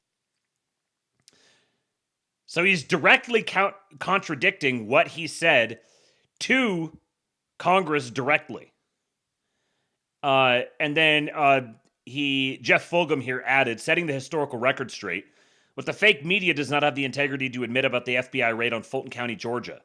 From the FBI search warrant, quote, which constitutes evidence of the commission of a criminal offense and property which has been used as the means of committing a criminal offense. So the search warrant was issued because there is reasonable cause for believing a criminal offense occurred. This wasn't just that, the election was fraudulent or something. No, there was there's potential evidence here that sufficient to get a search warrant that says specific people committed specific criminal offenses. Thousands of fake duplicate entries in the hand count proven by volunteer citizens. Thousands of fake duplicate ballots and much more proven by volunteer citizens. He's got the cases for both of these. And now the DOJ Criminal Division and FBI believe the Fulton County evidence suggests criminal intent, and the judge concluded there was sufficient cause to approve the search warrant. This case has nothing to do with politics or claims made immediately after the election. This case was built on the foundation of solid evidence gathered by volunteer citizens since early 2021. Fulton County reprimanded for double scanned ballots in 2020 recount. Insane. And I don't even know where you begin. Like where you would begin, if you have, we've never encountered this really on this level, where there's such obvious evidence of a rigged election that directly resulted in it shifted Congress because it gave them a majority by getting both Warnock and Ossoff. They had a majority. It made it 50-50 with Kamala Harris as the tiebreaker. So the balance of power in Congress shifted because of directly provable fraud in Georgia. That alone. You don't even need to get into all the other states. Just that alone. immediately calls into question like everything that that Congress did after that point, the current balance of power in Congress. A Supreme Court justice was nominated and confirmed by the Senate with votes from two guys in one state who were illegitimately elected. I don't even know what to... Where do you begin with all of this? What do you expect? This is totally unprecedented. There is no precedent for this whatsoever. There's no way to predict what's going to happen, how this is going to play forward. Here's an example, though. This is in Michigan. This is someone from the Secretary of State's office in Michigan during the... this was during the recount, I believe. I don't remember if this is the original count. No, I don't think there was a recount in Michigan. So this is during the original count. Yep, they've got all kinds of stuff in the bag. Can you tell us? Yeah. Okay. We don't know what to count here. Count these ballots. All right, so Don, what we need to do now, you want to put this in the middle of ours and then we can fill them out? The tag. The tags, yeah. Look at that. But these are actual ballots. Just like a pile on the floor of just ballots laying here. These are ballots. And they're all in the spoiled ballot bag. Is that right? Yeah, well, that's what this was marked. Counts, because if we don't have the counts, then we can't move forward. And we understand that there is a concern with this precinct, but this is not a time for you to be investigating right now. Did you find this is a something time else? for you. No. No. So you need to move forward with the audit so we can get the numbers, so we can see how many ballots are here. Mm-hmm. Okay, so when we're done with the audit, there is still the opportunity to challenge the fact that we have multiple ballots with the very same signature. I don't know if challenge is the right word, but until we get... We're challenging... We'll go ahead and count the ballots. Right. Okay, so they're auditing. That's right. They're auditing the count. And they're like, hold on, we've got a bunch of ballots here that obviously have the same signature. And she's like, well, okay, sure, fine, I realize that, but what we need you to do is we need you to just count everything and give us a number. We need you to give us a number. Just count them all, give us a number, and then, well, we can talk about this other stuff later. As soon as we've gotten that number. Because what happens? If they get the number, they announce the number, and then it's like, we've never had to do this before, so nobody dares cross that Rubicon and be like, wait a second. This number is fake. This was fraudulent. So all you have to do is you can stand there directly to their faces and say, yes, clearly there's fraud here. We'll take care of this. Don't worry about it. What we need you to do is just give us the number. Just count them. She straight up says, well, I don't know if challenge is the right word. They're fucking auditors. What happens if they audit it and they find an issue? We need you to move forward. But we will separate out and count those and add those in. But there's going to be an asterisk saying these ballots have the same thing. And again, we know that you have a concern with this precinct, and as soon when you get done with the audit part of it, not an investigation, not counting. That's not your role right now, this very minute. So what I need you to do is complete the audit so we can get a number of how many ballots were in this can when you started counting, and we can move forward from there. Okay, so what I need for you guys to do right now is to finish the audit process. Why does it matter how many ballots were in the can? That number is completely irrelevant to anything. If there are fake ballots in there, it doesn't matter how many ballots were in there total. Knowing how many ballots were in there, including fake ones and real ones, is useful for nothing. Literally the only justification for saying, give me the total number of ballots that were included in this stack is if you're just going to pass that off as the actual count. We'll have a number. We can't separate them out. Whether valid or invalid, we'll have That is not the process right now. The process right now is the process! Put them in the piles where they belong for the presidential vote and count the presidential votes. We understand that there is possibly an issue with this precinct. We understand that. But what I need for you to do right now is to finish the presidential race audit, not separate them out, and then we'll move forward from there, okay? But I need you to continue the process right now, please. You realize as a former state representative, I'm having issues with counting ballots and making them valid. I understand, but until we get a count, we need that piece done first. We need the audit piece done first because that's why we're here. And we will look. We need the total number of ballots that exist here right now. Doesn't matter whether they're legitimate or not. We just need, that's why we're here. We are here specifically to get a count of the total number of ballots that are here, no matter what the content of the ballots is, just a total number of them. Look at the numbers, okay? And I understand that there may be an issue. Why would you need that? That's what I would have been wondering if I was sitting there. I was like, why do you even need that number? Why is it relevant? Like if we have a stack of blank ballots here, I could understand, okay, we need to know how many extra blank ballots we have for whatever reason. But here, you're counting ballots that like have been put in ostensibly as votes. Why does the total number of ballots, why is that a number that you need to specifically count for? There's no point at which that number itself would be useful. So just the sheer fact that she's demanding this particular number is bizarre. And I understand your concerns. So if we can complete the audit piece right now, then we can move forward, okay? Thank you. With this precinct. This is not an investigation right now. This is a valid. This is not an investigation. You don't get to investigate. She Karen'd them into submission.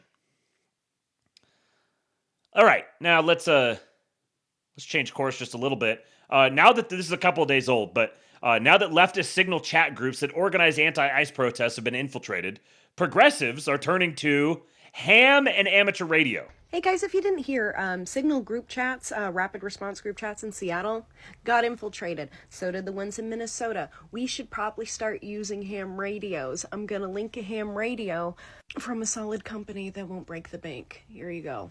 Let's set up some phone trees and figure out some codes. Get old school. Hey guys, if you didn't hear...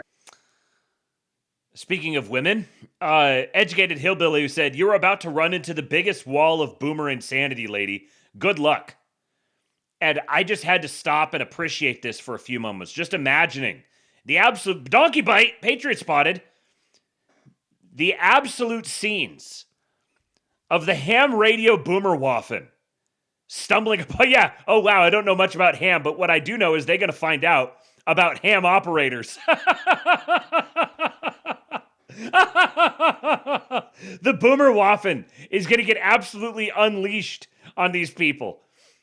Lord Breezy says, dude, the leftists are speedrunning the right-wing militia arc and our FBI infiltration season. Yeah.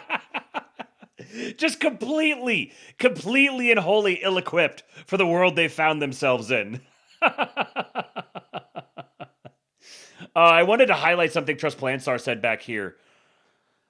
He said, X is supposed to be for actual investigative reporting like this. Instead, it's swamped with retarded faggot niggers giving bogus hot takes. So true.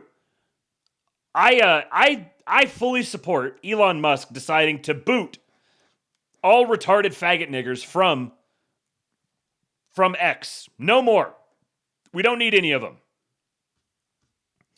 Leave it for the investigative journalists only. Oh yeah, 138.88. Oh, inside joke with the wife. Beautiful. Yeah, total 138.88 is the total on the salary right now. You guys have not been paying your white pill prescription fees. Very, very bad. You must pay. You must pay for these white pills. The link is pinned in the chat. Tips.kingpill.com. Pay for your white pill prescriptions. If you don't pay your white pill prescription fees to contribute to my streamer salary, then you are going to get the the Orb of Optimism white pill suppository. It will be mandatory installation. Apparently, DHS is revoking TSA PreCheck and global entry for all individuals who have been impeding federal law enforcement in Minnesota. And they're now whining on Reddit that it's a violation of their constitutional rights. If you survive, you earn your freedom. Flicker Rate, Patriot. Thank you for the gifted subs. Congratulations to Galoots, Officer Judy Hops, Lux Imperii, Hunter something, and Omega Gamma. Thank you so much. I appreciate you. I gotta mark these as seen. Okay. Yeah, so sorry guys, but cutting the line at the airport is a privilege and can be revoked and you engage in domestic terrorism. So Film ICE, get your GE revoked. In sworn testimony at the current case of Minnesota v. Nome, the lawyer from Minnesota says that observers have had their global entry status revoked. I'm guessing that's now the standard procedure after they photograph you, like the one agent in Maine said about how you're now a domestic terrorist. DHS is flailing, and that's all they've got to punish people with. This is delicious. Delicious! Give me all of the pettiness. Every last little bit of it. Inconvenience them in every way possible. Make their lives miserable. Please, I fully endorse using my tax dollars to make libs miserable for protesting ICE. You protest our ICE patriots, and you're going to get inconvenienced at the airport. And while you're standing there seething, you can think about all the bad choices that you've made. Another one. This is from Undersecretary of War Anthony J. Tata. Update number 1, reinstatements. The Department of War is making steady progress on reinstatements. While we are making adjustments in stride, this is where reinstatements stand. Of the approximately 8,700 warriors involuntarily discharged under the COVID-19 vaccine mandate, 602 are currently expressing interest in reinstatement, 104 have been reinstated across the services, and 115 are currently going through the process. These reinstatements are the product of countless hours of hard work by, what is this? The Department of, let's see, this is the Undersecretary of War for Personnel and Readiness. So, Department of War, Undersecretary of War for Personnel and Readiness, and service teams and consistent leadership focus at all levels of the department. I don't want these kinds of stories to fly under the radar. This is a beautiful thing to see. Inconveniencing the libs and restoring our patriots who chose to be involuntarily discharged rather than be poisoned. Having them be reinstated is a beautiful thing. Wit says, Venmo payment inbound. So let me check this, make sure. $50. Thank you, man. He says, Orb of Optimism installation. You, sir, are a patriot. Let's see. What are we going to give you? We're going to give you... I know which one.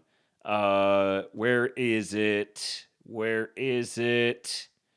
Some of these have gotten moved around because I've been adding other ones to it. Well, here, I'll give you this one. No more games. I want Trump to issue death warrants now against all these people. I want them killed. I want them dead now. You want to fight? Better believe you've got one. You want to enslave my spirit? No! And I'll call on God to protect me and use me however God sees fit.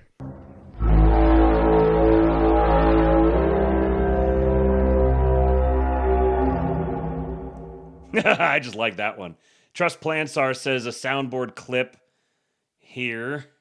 Oh, yes! Oh, thank you. I was trying to find this one the other day, and I couldn't get it anywhere. Here. You black spear chucker piece of shit nigger! You black spear chucker piece of shit nigger! You black spear chucker piece of shit nigger! You black spear chucker piece of shit nigger!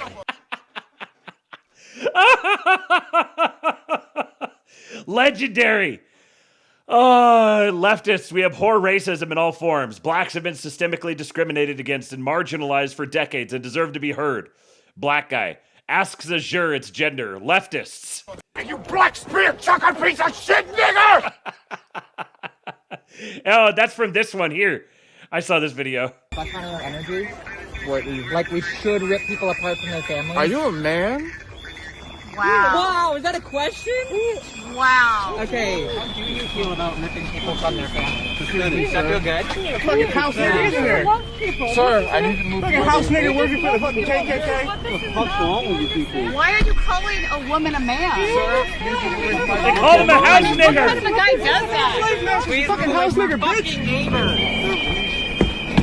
Go look for your fucking slave. Wait for it. Oh, he flipped him the bird right at the end. Oh, did I see? I thought I saw colored nails. No. Let's get just a little bit more of this banger beat here. You black spear chucking piece of shit nigger! You black spear chucking piece of shit nigger! You black spear chucking piece of shit nigger! You black spear chucking piece of shit nigger! You black spear chucking piece of shit nigger! Yeah, 10-hour loop. Oh man. I was gonna say I had a line, but I can't remember his name. Thank you, Kylo Ren. Very cool. Very cool. Thank you to Young Goy Vey, Bobby Ballbags for the $10 via Kofi. And Magoo, I don't know why your guys' didn't come through, but Magoo sent 20, and he said the libs are building forts and playing with walkie-talkies, and you're blackpilling? So true. So true.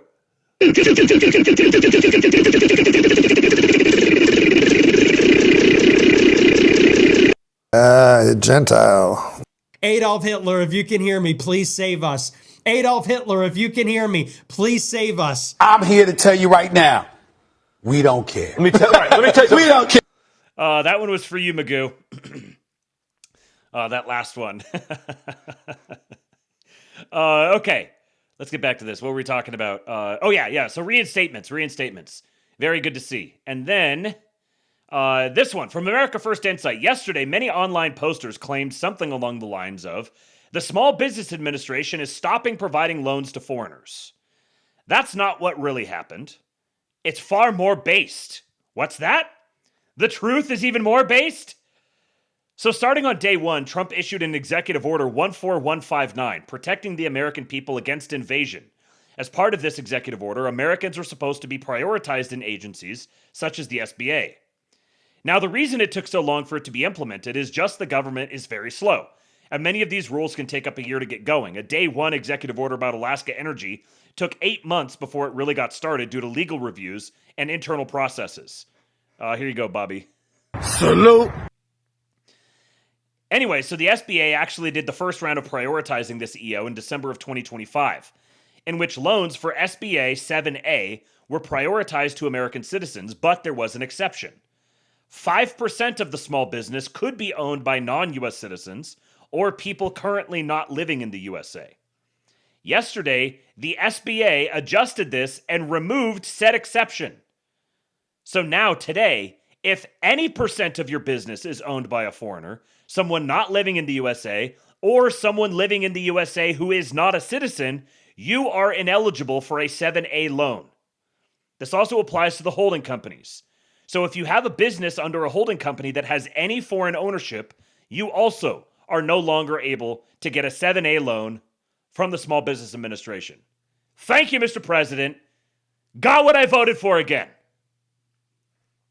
And for more on getting what I voted for, here is our beloved, one of our beloved balds, Professor Peter St. Onge. Factory production jumped last month, blowing away economist surveys of a loss. Soon you will not care about tariffs because it will be made in America. The numbers take factory production in the last year to 3%, while factory orders hit 5.5% growth. For comparison, in Joe Biden's 4 years, factory output fell. Perhaps you will recall that Biden boom we were all too dumb to see. Now, this is all fun since regime economists were certain we were going to see a manufacturing collapse from Trump's tariffs. Instead, we're getting exactly what Trump promised, big, beautiful factories. American steel production just exceeded Japan's for the first time in 30 years. Last week, Illinois-based Century Aluminum announced the first aluminum... Oh, yeah. Did you hear that? American steel production exceeded Japan's for the first time in 30 years? Turns out you can just do things, huh? Plant in 40 years, which would double American aluminum output. John Deere will make excavators for the first time since the 90s. Tens of billions are coming in from Canada. John Deere excavators, boys! We're getting John Deere excavators back. Europe, including Jeep's biggest ever factory, and every single German car maker, moving at least some production to the U.S. Whirlpool is moving production from Mexico. Smartphone parts are coming from India. Taiwan Semiconductors putting $100 billion into Arizona. Nvidia pledged $500 billion. Even Apple, amazingly, is producing in America. So what's driving it? Tariffs are the biggest. Trump's been very clear that his goal is to get other countries to remove their barriers against American goods while reshoring factories here. A survey found 75% of manufacturers cite the tariffs as the reason to move. Of course, you can't reshore unless you make it attractive to build in America. Otherwise, the tariffs are just a tax. So that means two things, cutting taxes and cutting red tape. On taxes, the big, beautiful bill contained a huge boost to investment where you can immediately write off the cost of a new factory. That makes the factory tax-free for years. We get to keep the jobs for free. And it contrasts with Europe or China, who tax 25% or more. The other is red tape. Europe especially is driving out industry with green mandates and an empire of regulation that costs 2 to 3 times more than the ridiculous regulations we have. To give a flavor, the National Association of Manufacturers estimates regulatory costs are higher than wages in manufacturing. Multiply that by 2 to 3 times, and Europe is handing us their economy on a silver platter, as is Canada. Last year was the most deregulatory in American history, with Trump removing over 100 regulations for every new one. And given it takes time to repeal regulations, it was 129 to 1, by the way. I know that number. We've got potentially thousands of additional deregulations in the pipeline. So as next brought to you by I Trust Capital, I've been bullish on 2026 because the stars are aligned for an explosion in American production and the jobs that come with it. Trillions of foreign investment, a Fed that's swinging to cuts, ongoing tax and regulatory advantages, and an administration that is welcoming to factories and infrastructure like energy permits blocked for years under Biden. Put it together, and these could create millions of jobs, and thanks to deportations, they will actually go to Americans. Follow for daily videos. Okay, we'll be watching. See you next time. See you next time. Professor St. Ange. C-U-N-T. See you next time. Uh-oh. Okay, now. Here's this piece I was telling you guys about. So, Feminist Frau on Substack. I think it's actually Feminist Frauquency. Not what I would have expected to be a place where I'd go read political commentary, but there's some interesting stuff in here. So I'm not going to read the entire thing.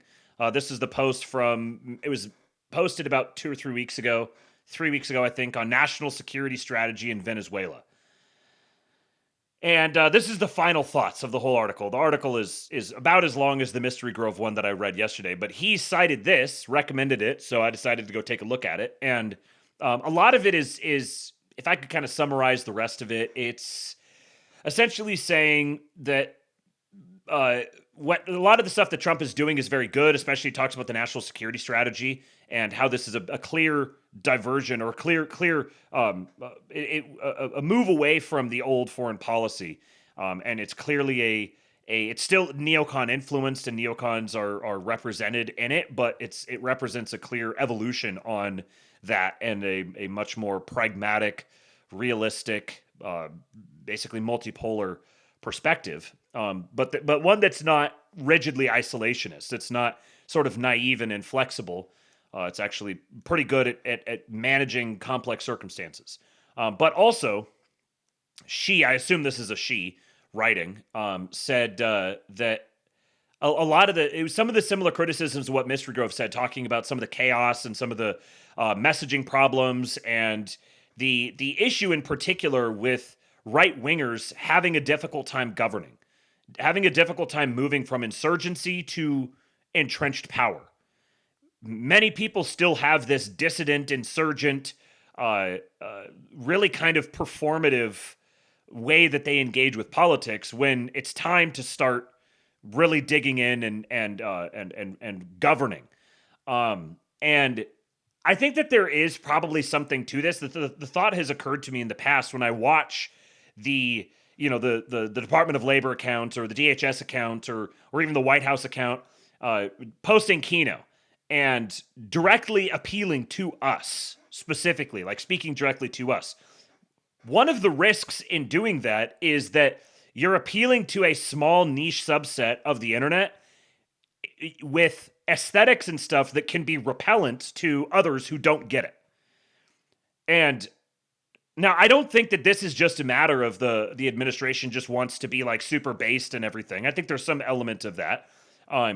But I think that there is more strategy in that they decided this is a risk worth taking because they see the value in having an army of dedicated propagandists. The problem is that army of dedicated propagandists is a bunch of fucking like hysterical sheep that are just running all over the place all the time, screaming and shitting themselves. And it's difficult to keep them coordinated and directed. I guess you could have a debate of, is it even worth it? Are those efforts even worthwhile anymore? Or do you just kind of cut the influencer class loose altogether and go in a different direction? Might be an interesting debate to have. I'm not really here to have that right now, but I wanted to share the final thoughts section because there's some interesting stuff in here. So it says, final thoughts. If there's to be a primary takeaway from this article, it's that legitimacy can be destroyed through both over and underacting, and that political success depends on sober judgment and managed expectations. Trump, too, has a finite amount of political capital, and a lot of that has to be spent on remigration.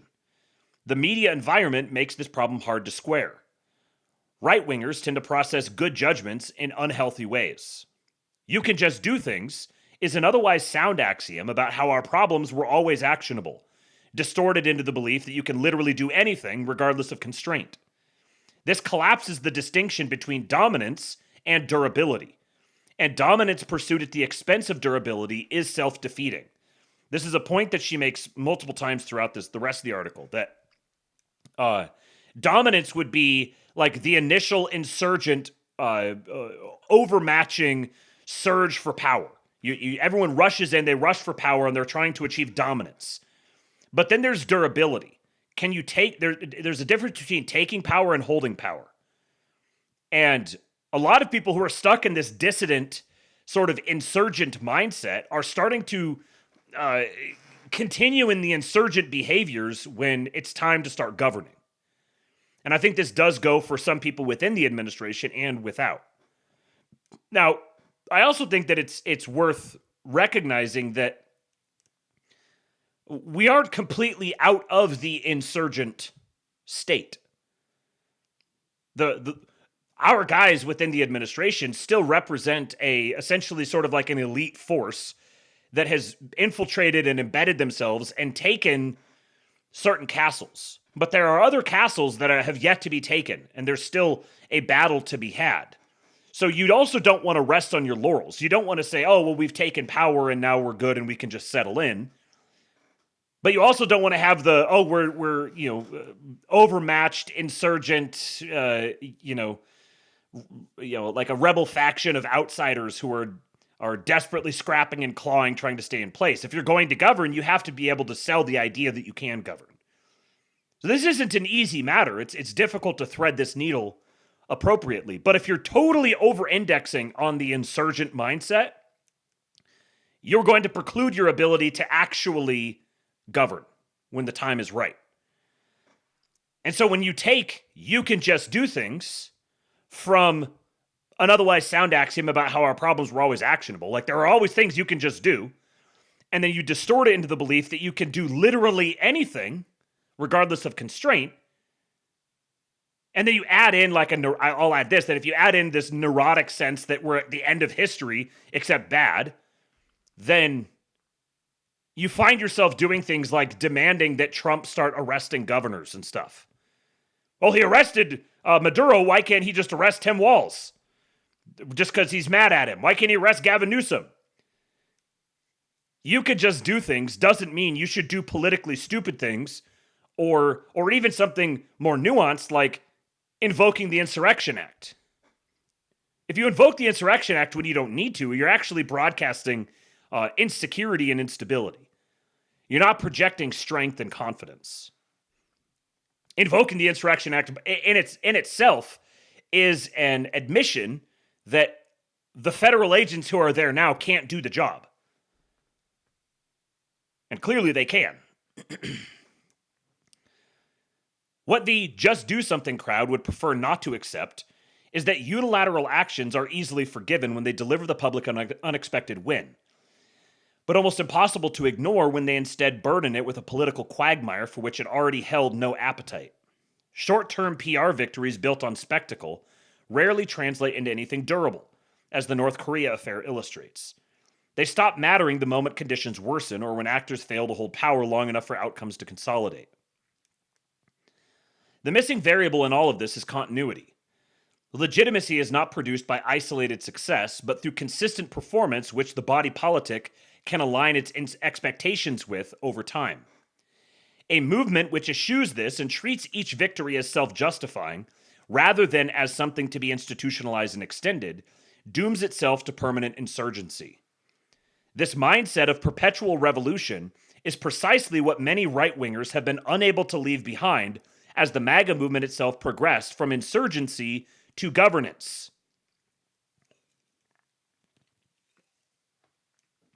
And this should be sending some big red warning bells, or I guess that's kind of mixing metaphors here. Maybe the bells are red. Permanent revolution. What is this mindset of permanent revolution that has beset the so-called dissidents who refuse to let go of this notion that they are outsiders, that the institutions don't represent them and fundamentally cannot represent them, that they are at odds with them? What is this mindset of permanent revolution she speaks of here? It matters because nearly every problem the right faces, immigration, DEI, left-wing insurgency, reindustrialization, foreign policy realignment, is too large to resolve within the remaining 3 years of Trump's term. There has to be a tomorrow. That tomorrow is built through changes that raise the cost of reversal and survive political turnover. A couple of the most important sentences you might read here. Nearly every problem the right faces, and she lists immigration, DEI, left-wing insurgency, reindustrialization, foreign policy realignment. Nearly every single one of these problems is by itself too large to resolve within the remaining 3 years of Trump's term. And it seems to me that the people who are the most demoralized or the most given over to dooming are the ones who actually have not truly accepted this. Like, if you recognize that these things are too large to resolve within the 3 years of Trump's term, you're going to change your expectations. You're not going to think that you need to, that all this stuff has to be solved tomorrow or it's all over. There's nothing that's healthy or productive or useful or honest about that mindset. There has to be a tomorrow. I think the neurotic panic and complex is really an inversion of the boomer end of history, like Fukuyama sort of mentality. Except it's, instead of, we've reached the end of history and everything is great, it's, we've reached the end of history and everything is terrible. But it's still end of history maxing, assuming that the world is ending tomorrow. Yeah, it's all over, everything sucks. It's deterministic and it's fundamentally liberal in its very essence. There has to be a tomorrow, and that tomorrow is built. So the tomorrow is not something that is just out of our control. We can influence what tomorrow is going to be. We can build tomorrow. That tomorrow is built through changes that raise the cost of reversal and survive political turnover. We don't need, within the term or within the 3 years of Trump's term, or even up to the midterms, we don't need comprehensive victories on every single one of these things, or even on any individual one of them. That's not to say we shouldn't try to have comprehensive victories, but we shouldn't declare that only comprehensive victory is a victory and everything else is failure. Because then what are you going to do? What are you going to do if you have an election that goes against you? You're just going to go take a photo from a bridge? I mean, if that's your mindset, that's what you should do. Like, rid the rest of us of having to deal with you. But, not honestly, obviously, I'm memeing. But what we're trying to do is we're trying to raise the cost of reversal. Make it so that even if there is political turnover, we can survive that because the cost of reversal is so high. So when you see things like, what was this at the beginning? This one.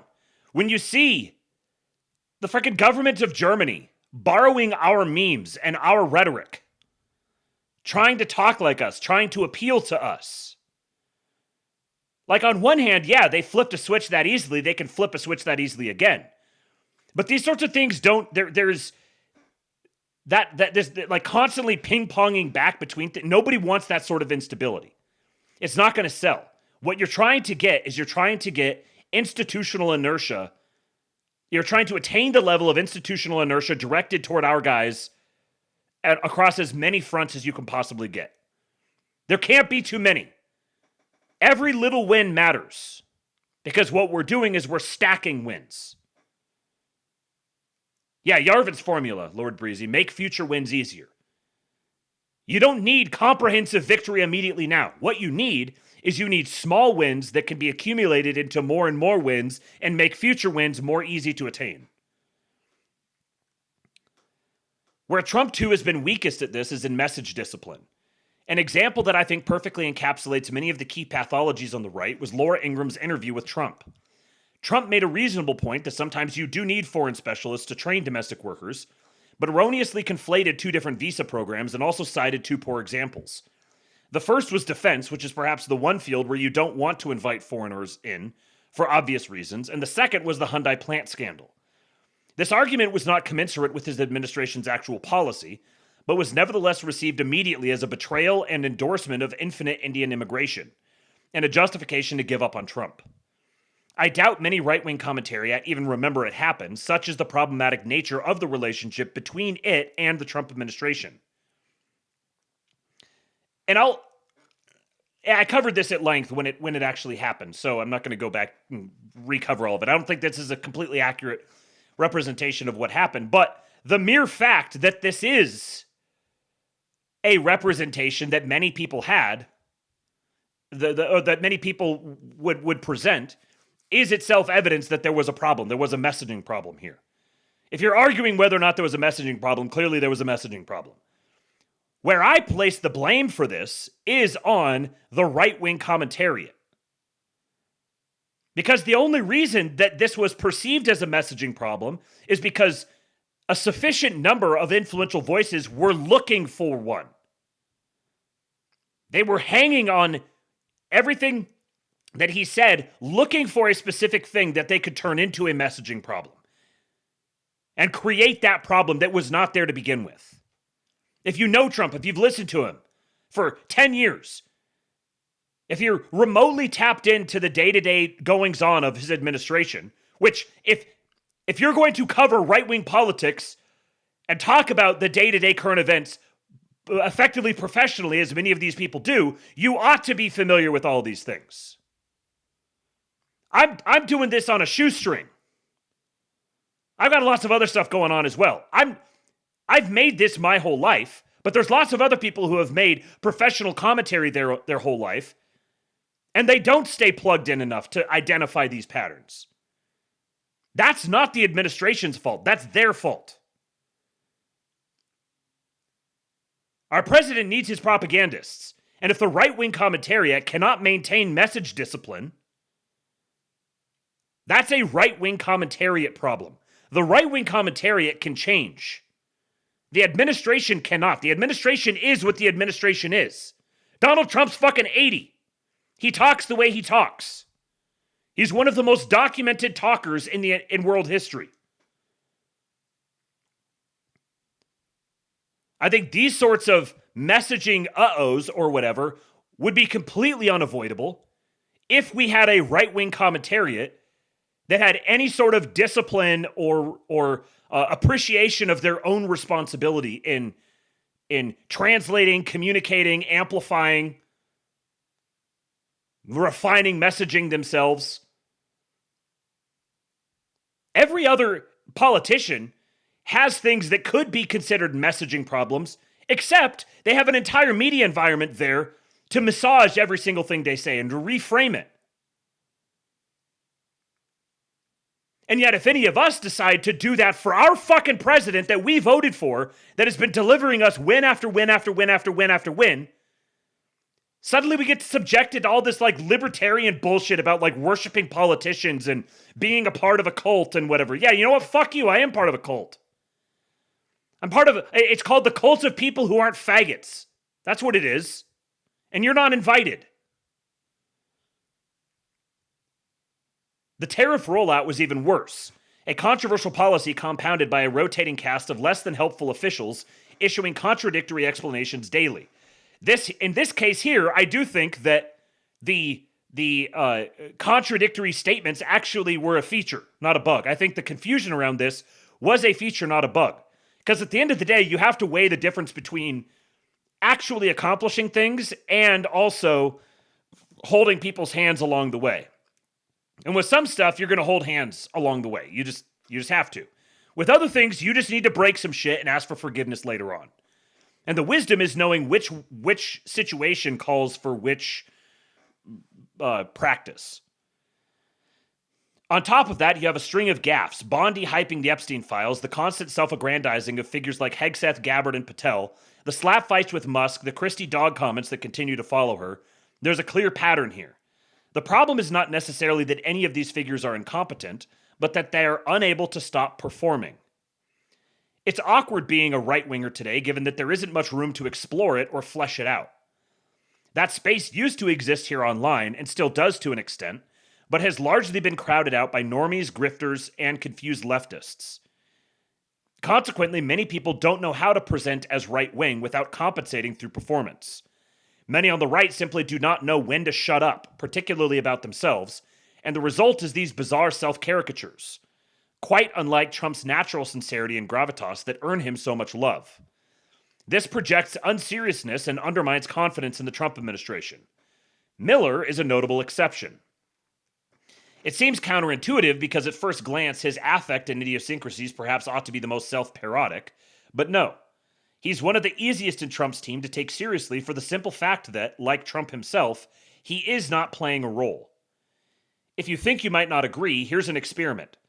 Compare any press release or publicity op from any administration figure to Donald Trump's McDonald's photo op and consider which one feels more organic.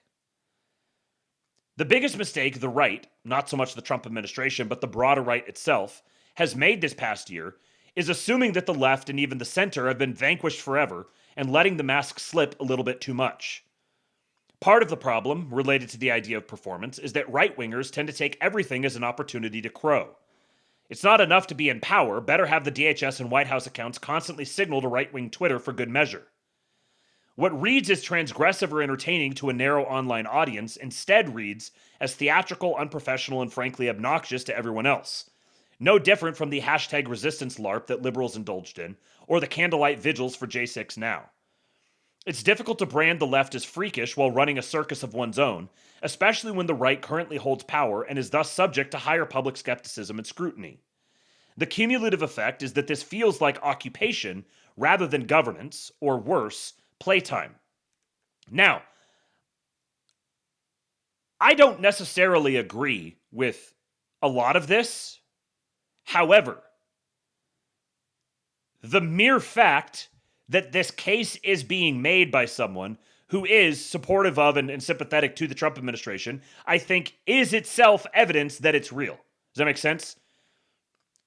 Like, I don't agree with it. I don't think that this is accurate, but clearly there are people who do perceive this to be the case because you have someone here who is not some sort of hysterical libtard who is making the case for it. So I think there are plenty of like sort of moderate, rationalist, lib-centrist sort of types who are, you know, they don't like the progressives and they'd be more than happy to accept basically anything the Trump administration presents, but they just want to see it done professionally. They just want to see it look, you know, believable and professional. And I gotta say, like, if I was the Trump administration, or if I was people within the Trump administration, it'd be difficult to find the balance between how do you How do you appeal directly to your base? How do you preach to the choir and gen up energy around your base, speaking directly to them, while also not turning off the people who are not your base?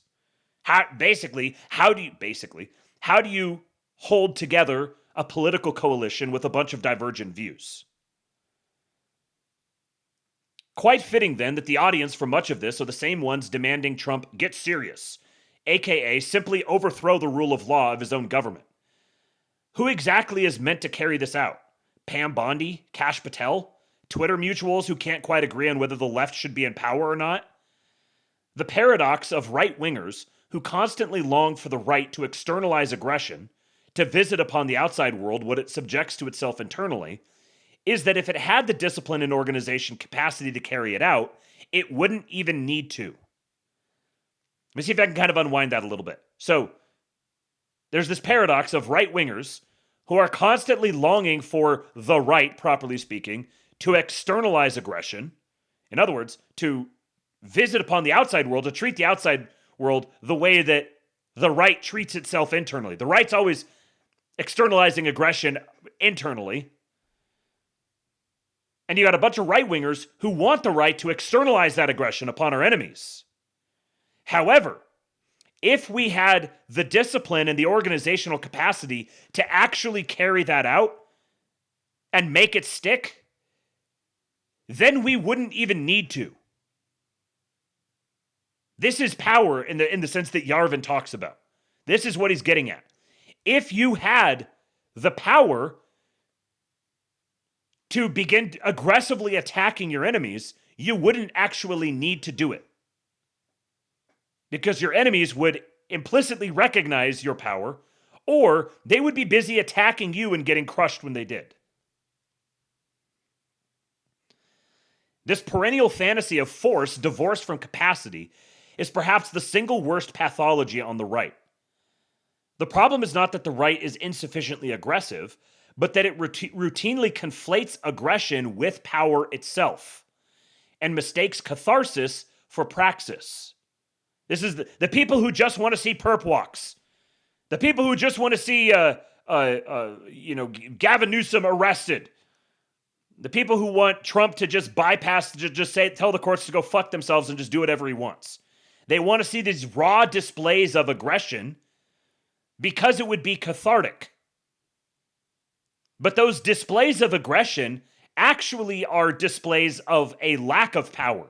They're displays of a pursuit of power. If you actually have power, you can afford to do it the non-aggressive way. You can afford to do it the long way. Because you have power, and that power is not going anywhere. Catharsis is not praxis. There is an obsession with coercive force completely untethered from the far more difficult work of building authority. This manifests in idle talk of coups or non-political solutions that ignore the basic reality that power is exercised according to capacity, not metaphysics, vibes, or simply internalizing the idea of violence. I swear to God, I never again want to hear someone say, there is no political solution to this. This is the dumbest mid-wit slop that I've ever heard. Anyone who says, oh, we're not voting our way out of this, or there's no political solution. This is like the kids sitting, the podcast meme of the 12-year-old boys sitting there having a very serious podcast. It's stupid mid-wit tier slop. We're not voting our way out of this. There are no political solutions. Shut the fuck up, bro. Go dig a ditch. A movement that cannot reliably maintain message discipline cannot suddenly will itself into the disciplined, forceful action needed to assume and sustain control over legitimate systems of governance in an illegitimate and intolerable manner. The fixation on force is therefore not a sign of strength, but weakness. All of the hysterical demands for the Insurrection Act, anytime libs do anything in any city, is impotent signaling. All of the demands of we need to see perp walks or it's all done for. This is impotent signaling. Yes, I understand. You're scared. You feel insecure. Yes, we all do. Get over it. Get over it and do something productive. The fixation on force is therefore not a sign of strength, but weakness. It becomes an idol, a crutch, and a substitute for the harder task of building durable authority all at once. But that's exactly what we require, or else this was all for nothing. As an aside, do you see how these issues are all interconnected? Confusing dominance for durability, performing the act of seriousness through policy, mistaking spectacle for outcomes, turning rightism into a bit, the constant need to crow and cape shit. All of these have the same root problem, namely, that the right is habituated to performance. It learned politics in an environment where transgression and symbolism were rewarded, and it carried those habits into power. This may seem like idle or vapid criticism, but it's not. It's incredibly burdensome, because once performance becomes the dominant mode, it displaces substance everywhere. This is why patriotism has become a garish self-caricature of itself, because identity is now something that has to be signaled. It's why the right is plagued with so many ridiculous ideologies, such as tradcathism that rejects papal authority. I'm not even going to wade into that one. It's why action has to substitute for strategy, because strategy is forward-looking and conditional, and therefore not self-justifying the way catharsis is. It's why so many get squeamish at the prospect of a right-wing agenda actually being executed, because being right-wing to such people was only a way to signal disapproval with one facet of leftism or another, not a genuine political realignment. It's why loyalty to Trump is so volatile, because politics is processed emotionally instead of structurally. Even self-destructive impulses like openly welcoming harm during the tariffs or no political solutions posturing make sense within this framework. Like there's so many. If you're an accelerationist, if you're rooting for collapse, if you're saying things like people need to experience more pain, or this isn't my government. My government. It's occupied by foreign powers, and it needs to die. All of those sorts of fundamentally anti-American sentiments, these are all indicative of emotional processing. This is just feminine emoting.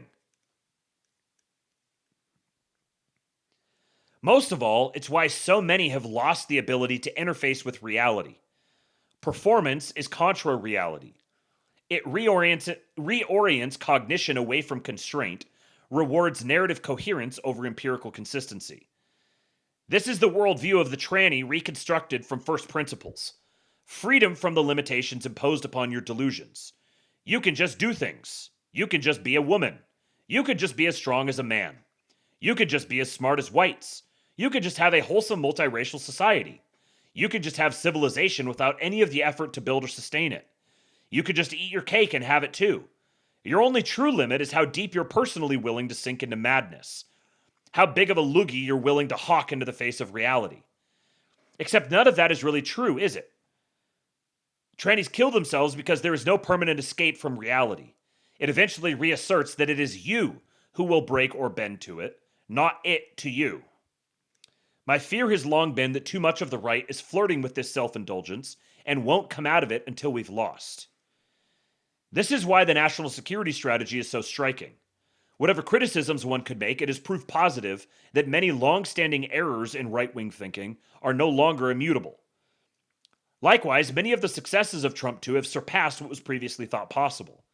For as much criticism as I could levy against Trump as well, it can't detract from the reality that this was the rational choice. The only choice, not rooted in nihilism or ego. Trump is simultaneously a vehicle for the advancement of the right, but not infallible. He is not a one-and-done solution for the deeply rooted systemic issues plaguing the United States and our collective civilization as a whole, but a significant step towards it. What is genuinely worrying is the lack of confidence that the right can capitalize on the opportunity Trump provides and extend it forward. If the right succumbs to self-indulgence, cycling between white pill and black pill overdose, mistaking catharsis for politics, retreating into ideological playtime, then the window closes for real. If you've read this far, please know that I appreciate it, just as I appreciate you. You are seen, you are loved, you are cherished. Yeah, you know, if you don't want to cycle between white pill and black pill overdose, then just stop taking the black pills. You can just take the white pill. You can just overdose on white pills every single day. It turns out the more white pills you take, the greater the capacity for white pills you develop in yourself. It's a little bit of hormesis. Look up hormesis. That's what we're doing with the white pills here. This was Feminist Frau Quincy is the name of the Substack. feministfrau.substack.com. A patriotfoid. Yeah, reverse tolerance. Now, a non-patriotfoid.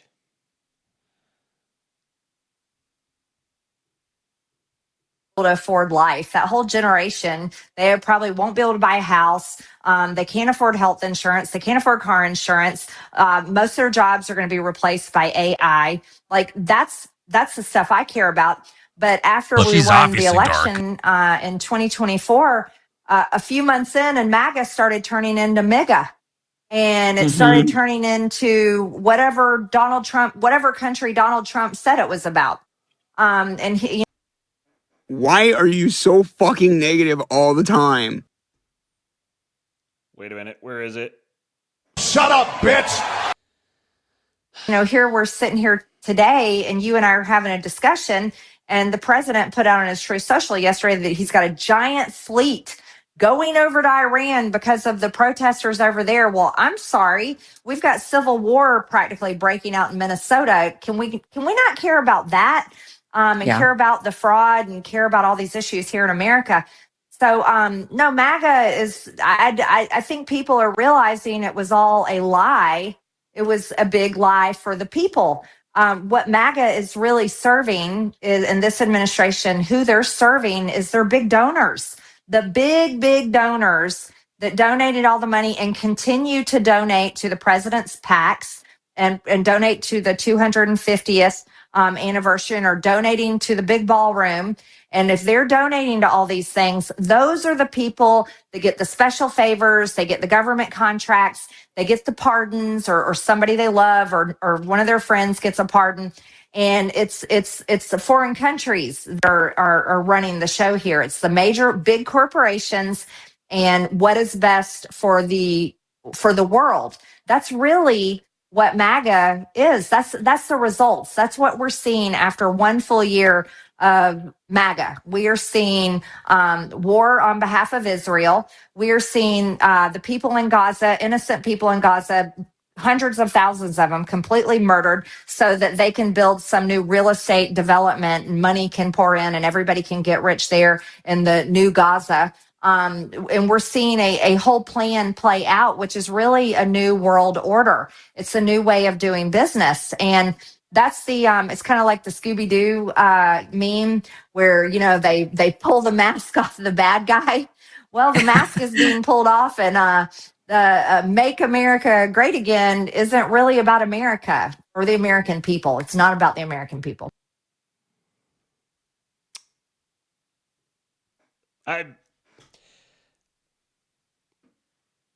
Where do you start? Where do you start?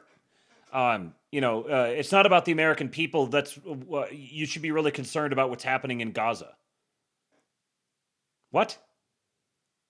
I don't give a shit what's happening in Gaza. I care about my country. I care about what's happening here. She says we have a civil war breaking out in Arizona, in Minnesota. You mean the one that Trump put down? Without even having to call back the military or whatever? What is that? What the fuck does the Navy have to do with Minnesota? You retard. These have nothing to do with each other. And all of this stuff about the donors, the wealthy interests, the foreign countries. This belies. See, Marjorie Taylor Greene is like the dumb mouthpiece for positions. She gives voice to positions that a lot of very smart people hold. So this is not just an MTG thing. She's the one giving voice to it publicly so we could throw tomatoes at her. So I thank her for her service. But there's a lot of people who are like, oh, look at all these rich people that are getting rich off of Donald Trump. And it's like, did you motherfuckers just wake up yesterday? In what simulation that you crafted in your brain did you think that success, political success of the Make America Great Again movement behind Donald Trump was somehow going to be mutually exclusive with rich people getting richer?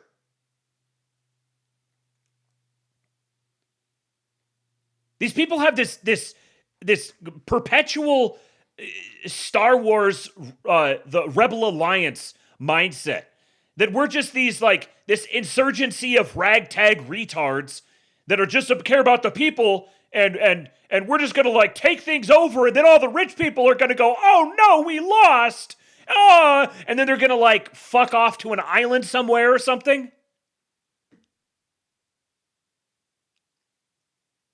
This is slop. Marjorie Taylor Greene is a purveyor of slop. Thomas Massey is a purveyor of slop. Rand Paul is a purveyor of slop.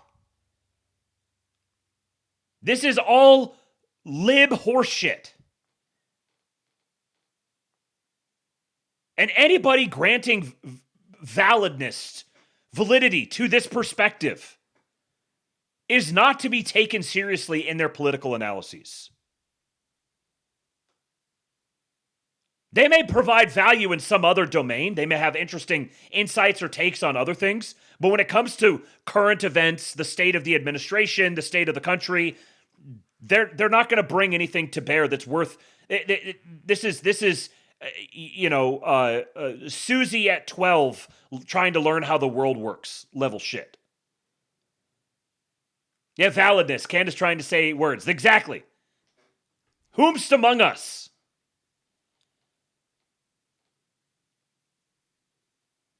Okay, now we get to the Nick Fuentes part of the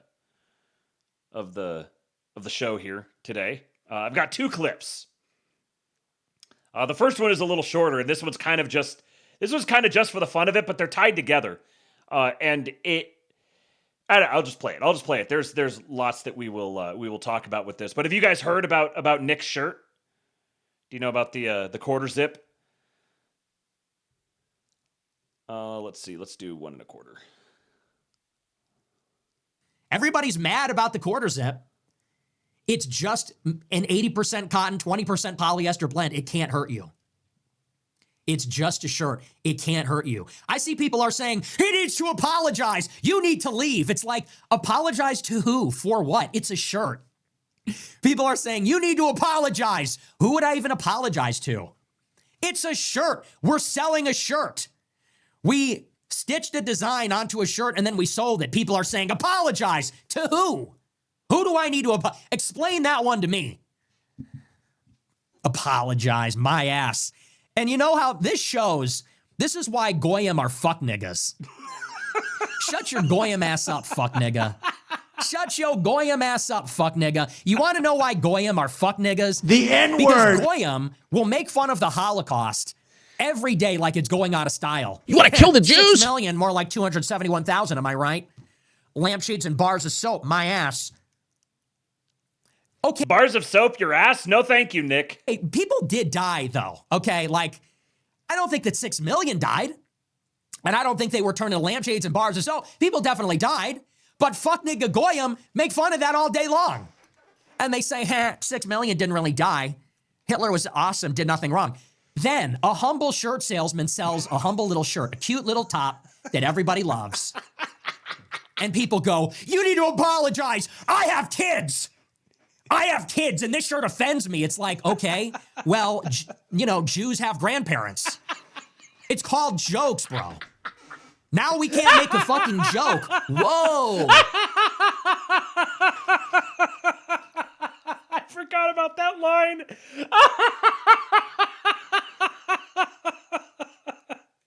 Look, I have kids. And he's like, yeah, Jews have grandparents. Jews have grandparents. It's called jokes, bro. Now we can't make a fucking joke. Whoa. Hello, since when did this turn into like a GameStop? Niggas be coming in like, it's ma'am. It's ma'am. She was 17. It's like, it's, okay, what does that have to do with this delicious little shirt? It's, you know what? Goyim. Cute little top, delicious little shirt. This is what he's talking about. This is the quarter zip. Can I get a full-size picture of it? Maybe I can't. Oh, here. This is the shirt. Now, you may recognize the shirt if you have a keen eye for such details. There is a famous picture of Jeffrey Epstein wearing a quarter zip exactly like this, and he has his initials here instead of USA. So this was the joke. This is the joke. He made a shirt that has USA here, but it's styled exactly like the Jeffrey Epstein quarter zip. He made it and he's selling it. And now there's a bunch of people online who are really, really angry because he's like normalizing Jeffrey Epstein or something. Fucking ruin everything. They ruin everything. It's crazy. We're out here being edgy and having a good time. And it's like, look, when everybody was like a Jewish NPC, it was funny to say like, Jews suck, Hitler did nothing wrong, and everybody would freak out. And the same people would say, you're an anti-Semite. Now, it's like everyone's an anti-Semite. So now it's kind of funny to say like, Goyim suck. Jeffrey Epstein's awesome. Take away your island. What kind of man are you? Billionaire, playboy, philanthropist, city boy?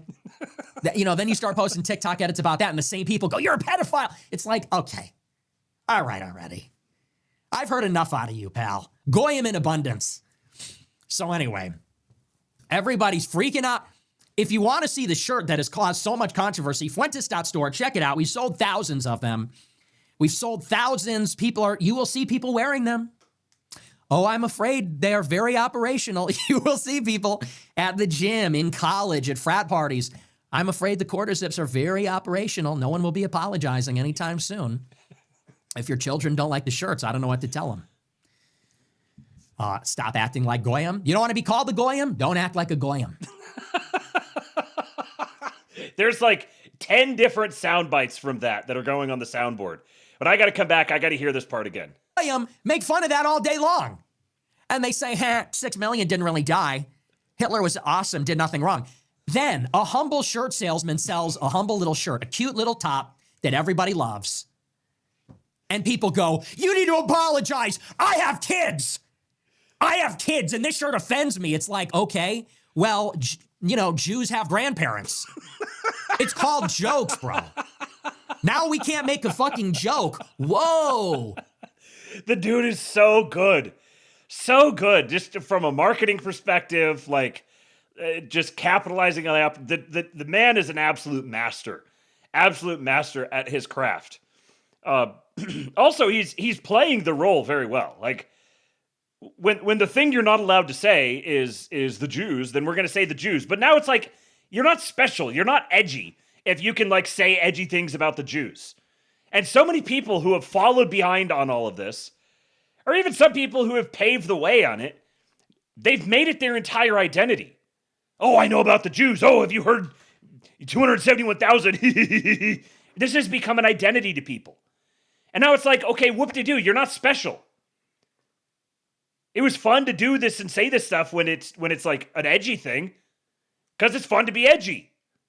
Well, now there's new things to be edgy about. But we just found the line that you can't cross, because you made this thing into your entire identity.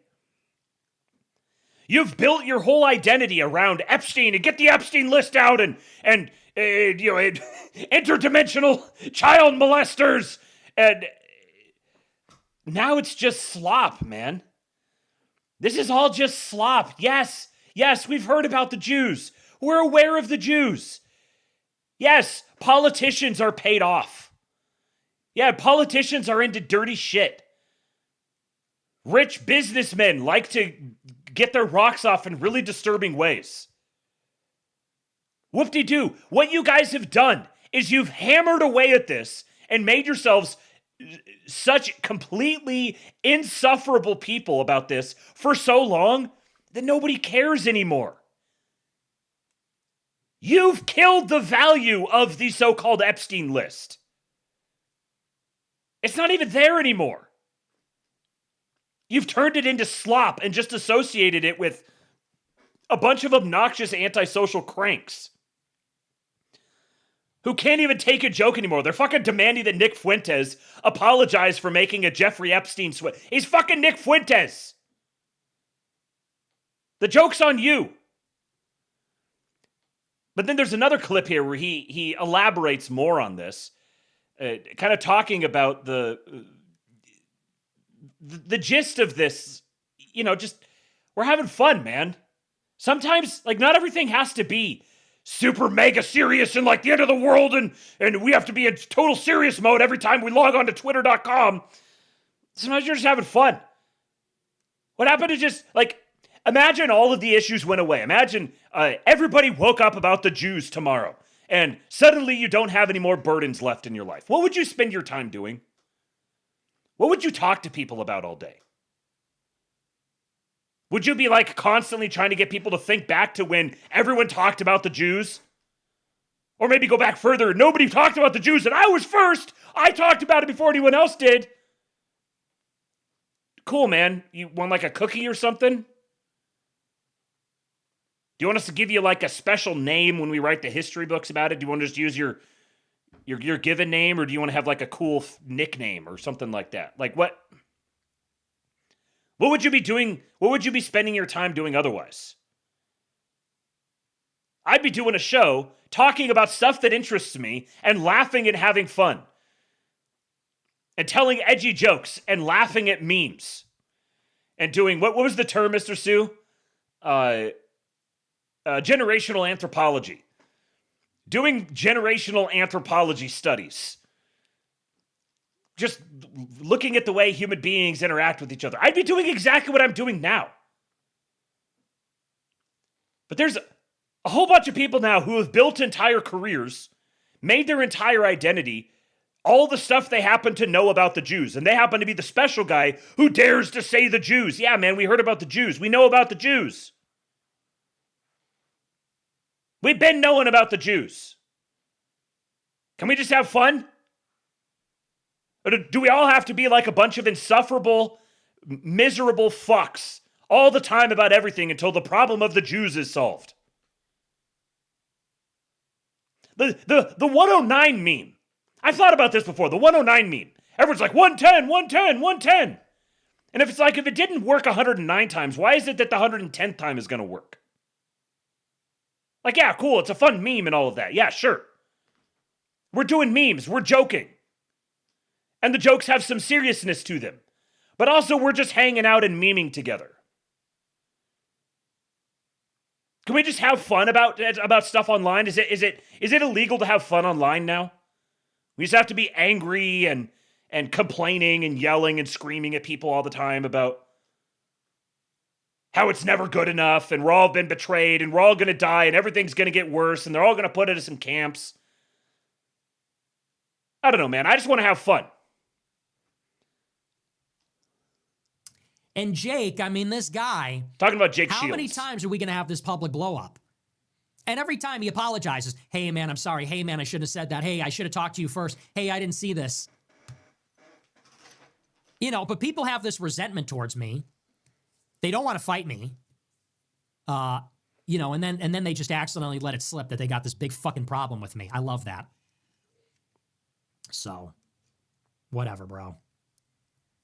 I'm just over it. I'm just so over that. You know, guy that literally worships Hitler. All of them. Worship Hitler. Hitler's the man. I love Hitler. LOL, the Holocaust. Dude, Hitler was a racial supremacist. They really think that Hitler wanted to create like a wholesome Chungus Democrat socialist country. If Hitler had it his way, they would have killed and enslaved millions of people. Like, what the fuck are you talking about? You know, they go, Hitler in their mind, Hitler's like Superman. Like he was an alien that came here to fight for truth, justice, and the American way. He came here to free the Slavs from communism, and he just wanted to destroy pornography And it's like, no, like he wanted to enslave half of Europe. He wanted to colonize Eastern Europe. He wanted an empire based on racial hierarchy. Hello. He wanted to implement a racial caste system. Jake, your kids aren't even white.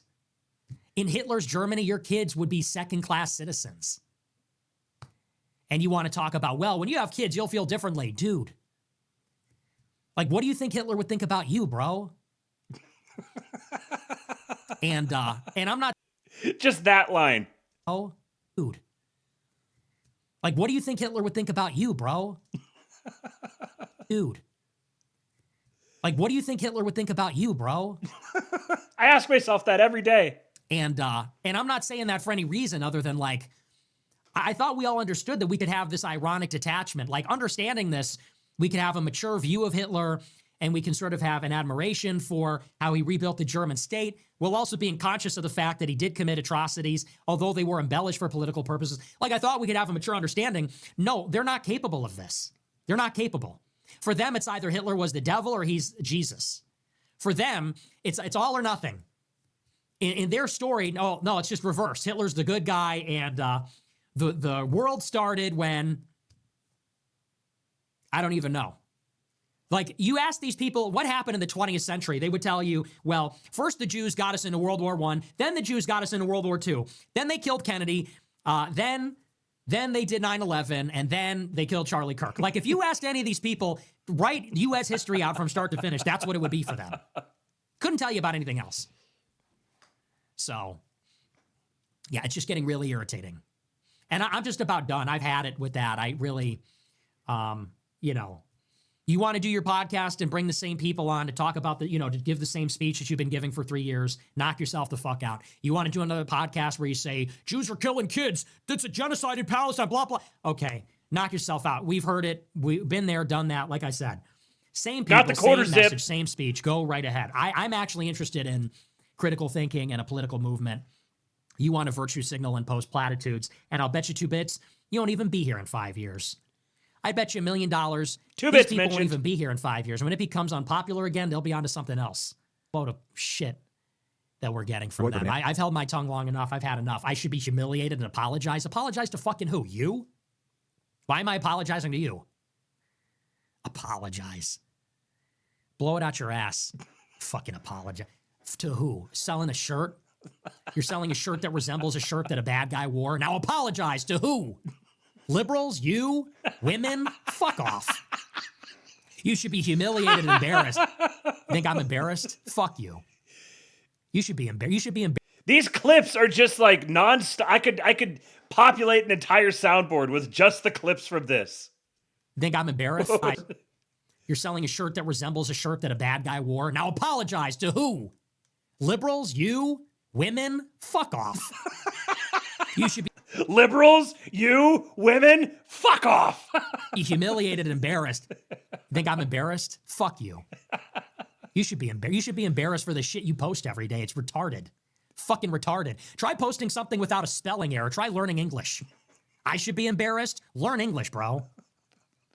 This is barely literate. Every post, me no like Jews. Me like Hitler. You should be fucking embarrassed. You should take a fucking English course before you come back on the timeline and tell me I should be embarrassed and I should apologize with that. It's fucking enough already. And here's what I'm pissed off. If Jake Shields didn't have a concussion before, he sure does now. This guy, every week this is happening. Talking shit on the timeline. I say, hey, bro, what's up? Oh, I'm sorry. I didn't mean to say that, blah, blah. Okay, man, it's all good. Again. Oh, Nick is Israel first, blah, blah. Hey, Jake, what the fuck is up with this? Oh, sorry, dude, I should have texted you, blah. Hey, man, it's all good, whatever. I mean, literally the other day, I think yesterday, I texted Jake. I said, so are we going to do this every month now? He goes, you're right. I shouldn't have said that. That was dumb. I shouldn't have told you to apologize, blah, blah, blah. I said, hey, I know you don't mean any harm. I don't hold a grudge. It's fine. Today, all day. Dude, you just shouldn't be in this. Clearly, you have no discipline. You have no self-control. I thought I had no self-control. That's next level. Clearly, you have no control over your actions. Maybe you should just stick to something else. Like, seriously. How are we going to have a movement? No one can disagree. Everybody has to think the same thing. Everybody has to, I mean, it's getting really suffocating. No, we can make Holocaust jokes. That's really funny and edgy, but you can't joke about that. It's getting really suffocating. People telling me, hey, you're not on the team if you don't believe this. You're not on the team if you don't agree with this. ICE sucks. Hands off Venezuela. Hands off Greenland. The Jews killed Charlie Kirk. That's not funny. You need to apologize. It's like, okay, man, I'm out. So true. You know, you want to have this purity spiraling movement. Hey, good luck. Lots of luck. I've said it before. I'll say it again. Let's see where you are in 5 years. The Fight Back podcast. Hey, good luck, buddy. You do it your way. I have no enemies, okay? No grudges. I'm not coming after you, but I'm not coming on your podcast. I'm done with that. You go your way, I'll go mine. You try it your way, I'll try it my way. You go and run for Congress. God help us. The day that Jake Shields is in Congress. You even know what Congress is or does? This is about the point where he's lit his body on fire. He like dumped gasoline over him. Then he lit his body on fire. This is where Jake's starting to run around and scream, and he's grabbing him and he's tying him to the back of his truck as he starts to drive away. Fuck's sake. I'm thinking about running for Congress. Bro, you don't know anything. So, hey, knock yourself out. Try and run. And you have it your way. Okay, pal? I'll do it. You know, you don't like my methods. You don't understand it. Good news. You don't need to understand it. It's a free country. Knock yourself out. You do it your way. I'll do it my way. Always have. And it's been like this for 10 years. You just get goofy people and he's goofy. There's just no like respect. I've been doing this for my whole life. I know more than you. More successful at this than you. You don't have to agree with me, but this like now everybody wants to attack my credibility. You need to apologize. Where do you get off? I need to apologize. Like you're my mother. For fuck's sake. People say I burn every bridge. I don't like being treated this way. You know? I've paid a steep price to have editorial freedom on my show. I paid a steep price to be able to say whatever I want. I'm not going to be cowed by numbskulls. You know, these cocksuckers think like, you know, they're going to shame it. Nick said this on Twitter. Hey, fuckface, Twitter ain't real life. Okay, tweet more crap about me like I care. It's totally, you know, oh, don't tweet anything bad about me. I need to be liked by this island of misfit toys. Get a life. Cocksucker, stop. Last thing I want to say here. That's the last tab I had for today. I got a couple things. Actually, no. I got one more thing. One more thing real quick. I'll get to that in just a moment. One thought that I did have while I was listening to that earlier is you know, Nick talks about a movement. We need to have a movement. And I was like, do we need a movement? Like, why do we need a movement? There's this thing that's kind of latent in the modern psyche, which is like, oh, we've got to have a movement. Every time I hear the word movement, I think bowel movement. So maybe that's part of it. But like, oh, we got to have a movement. We got to do it for the movement, man. Oh, we've got a movement. We're moving. Moving where? Like what? Why do we need a movement? Why do we need to go somewhere? Where are we going? What are we doing? Can we just like hang out and chill? Can we just like enjoy life as it is around us? Or do we always have to be going somewhere? Oh no, you only can be around me if you're in the movement, man. I'm moving. Come move. Let's move, bro. Come be a part of the movement. Are you in the movement? I'm in the movement. Okay. My movement is I love my president. I trust my president, and I will vote for him and whoever he tells me to vote for. And otherwise, I just want to have fun. Last thing here. This will restore some faith in America.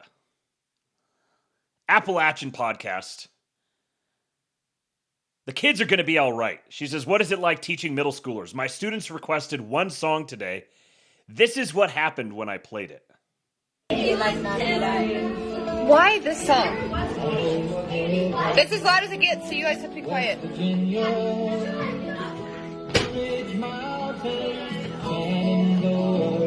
I'm so confused. I don't know. It was requested.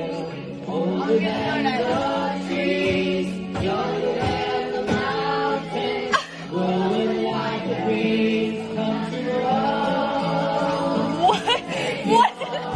What is happening right now?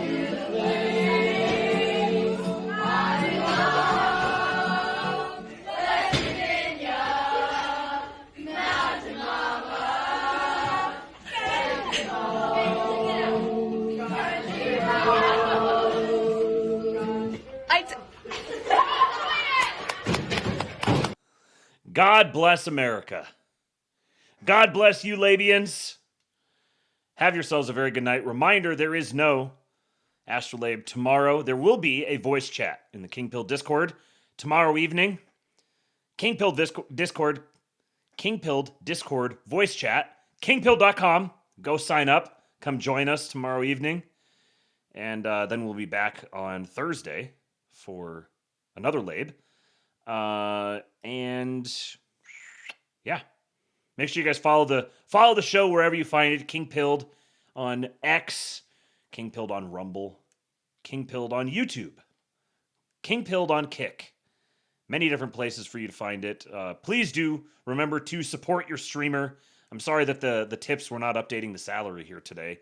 A few of your guys came through, but they did not. The automation didn't work for whatever reason. But thank you to you guys. Oh, we got a $50 tip that came through as well from Creek Money. Creek Money says, pray for our ICE agents. Creek Money, you are a patriot. Hold on a second. Let me make it worth your while. How about, which ones have I not done in a while? Oh yeah, how about this one? Okay, Jew. Okay, you fucking Jew. Fucking Jew from Israel. Silence. Cool it with the anti-Semitic remarks. Stay off the weed. Stupid? Are you a stupid person? Our religion is based. There you go. Thank you, Creek Money. I appreciate you. I don't know why they didn't come through. I'm going to do a little looking into that tomorrow. That's on my... oh, yeah, there you go. This one. Welcome to the sup, homos. And, of course...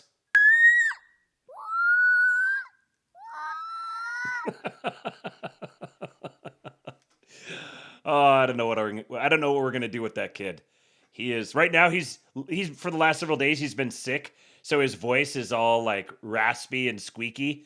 And Amy and I both agree that we want his voice to stay like this forever. It's absolutely adorable. Thank you, Emperor Trady says this is the best show ever. I appreciate you guys. Please do share the show. And reminder, tips.kingpill.com. You can hit it anytime, day or night. And if it does work, then I'll play the alert. I'm going to work on that tomorrow. That's one of my to-do list things, is to figure out why the alerts aren't working on some of them.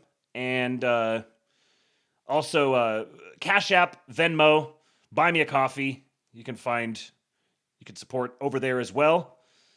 And I will see you guys. Yes, live support unplugger. That's Eastwood. This is Eastwood. He got a hold of the phone and was just vocalizing into it, apparently, for whatever reason. Because that is Eastwood. I am your voice. All right, guys. Have a good night. I leave you with Hulk. When they took a shot at my hero, and they tried to kill the next president of the United States, enough was enough. And I said, let Trumpomania run wild, brother. Let Trumpomania rule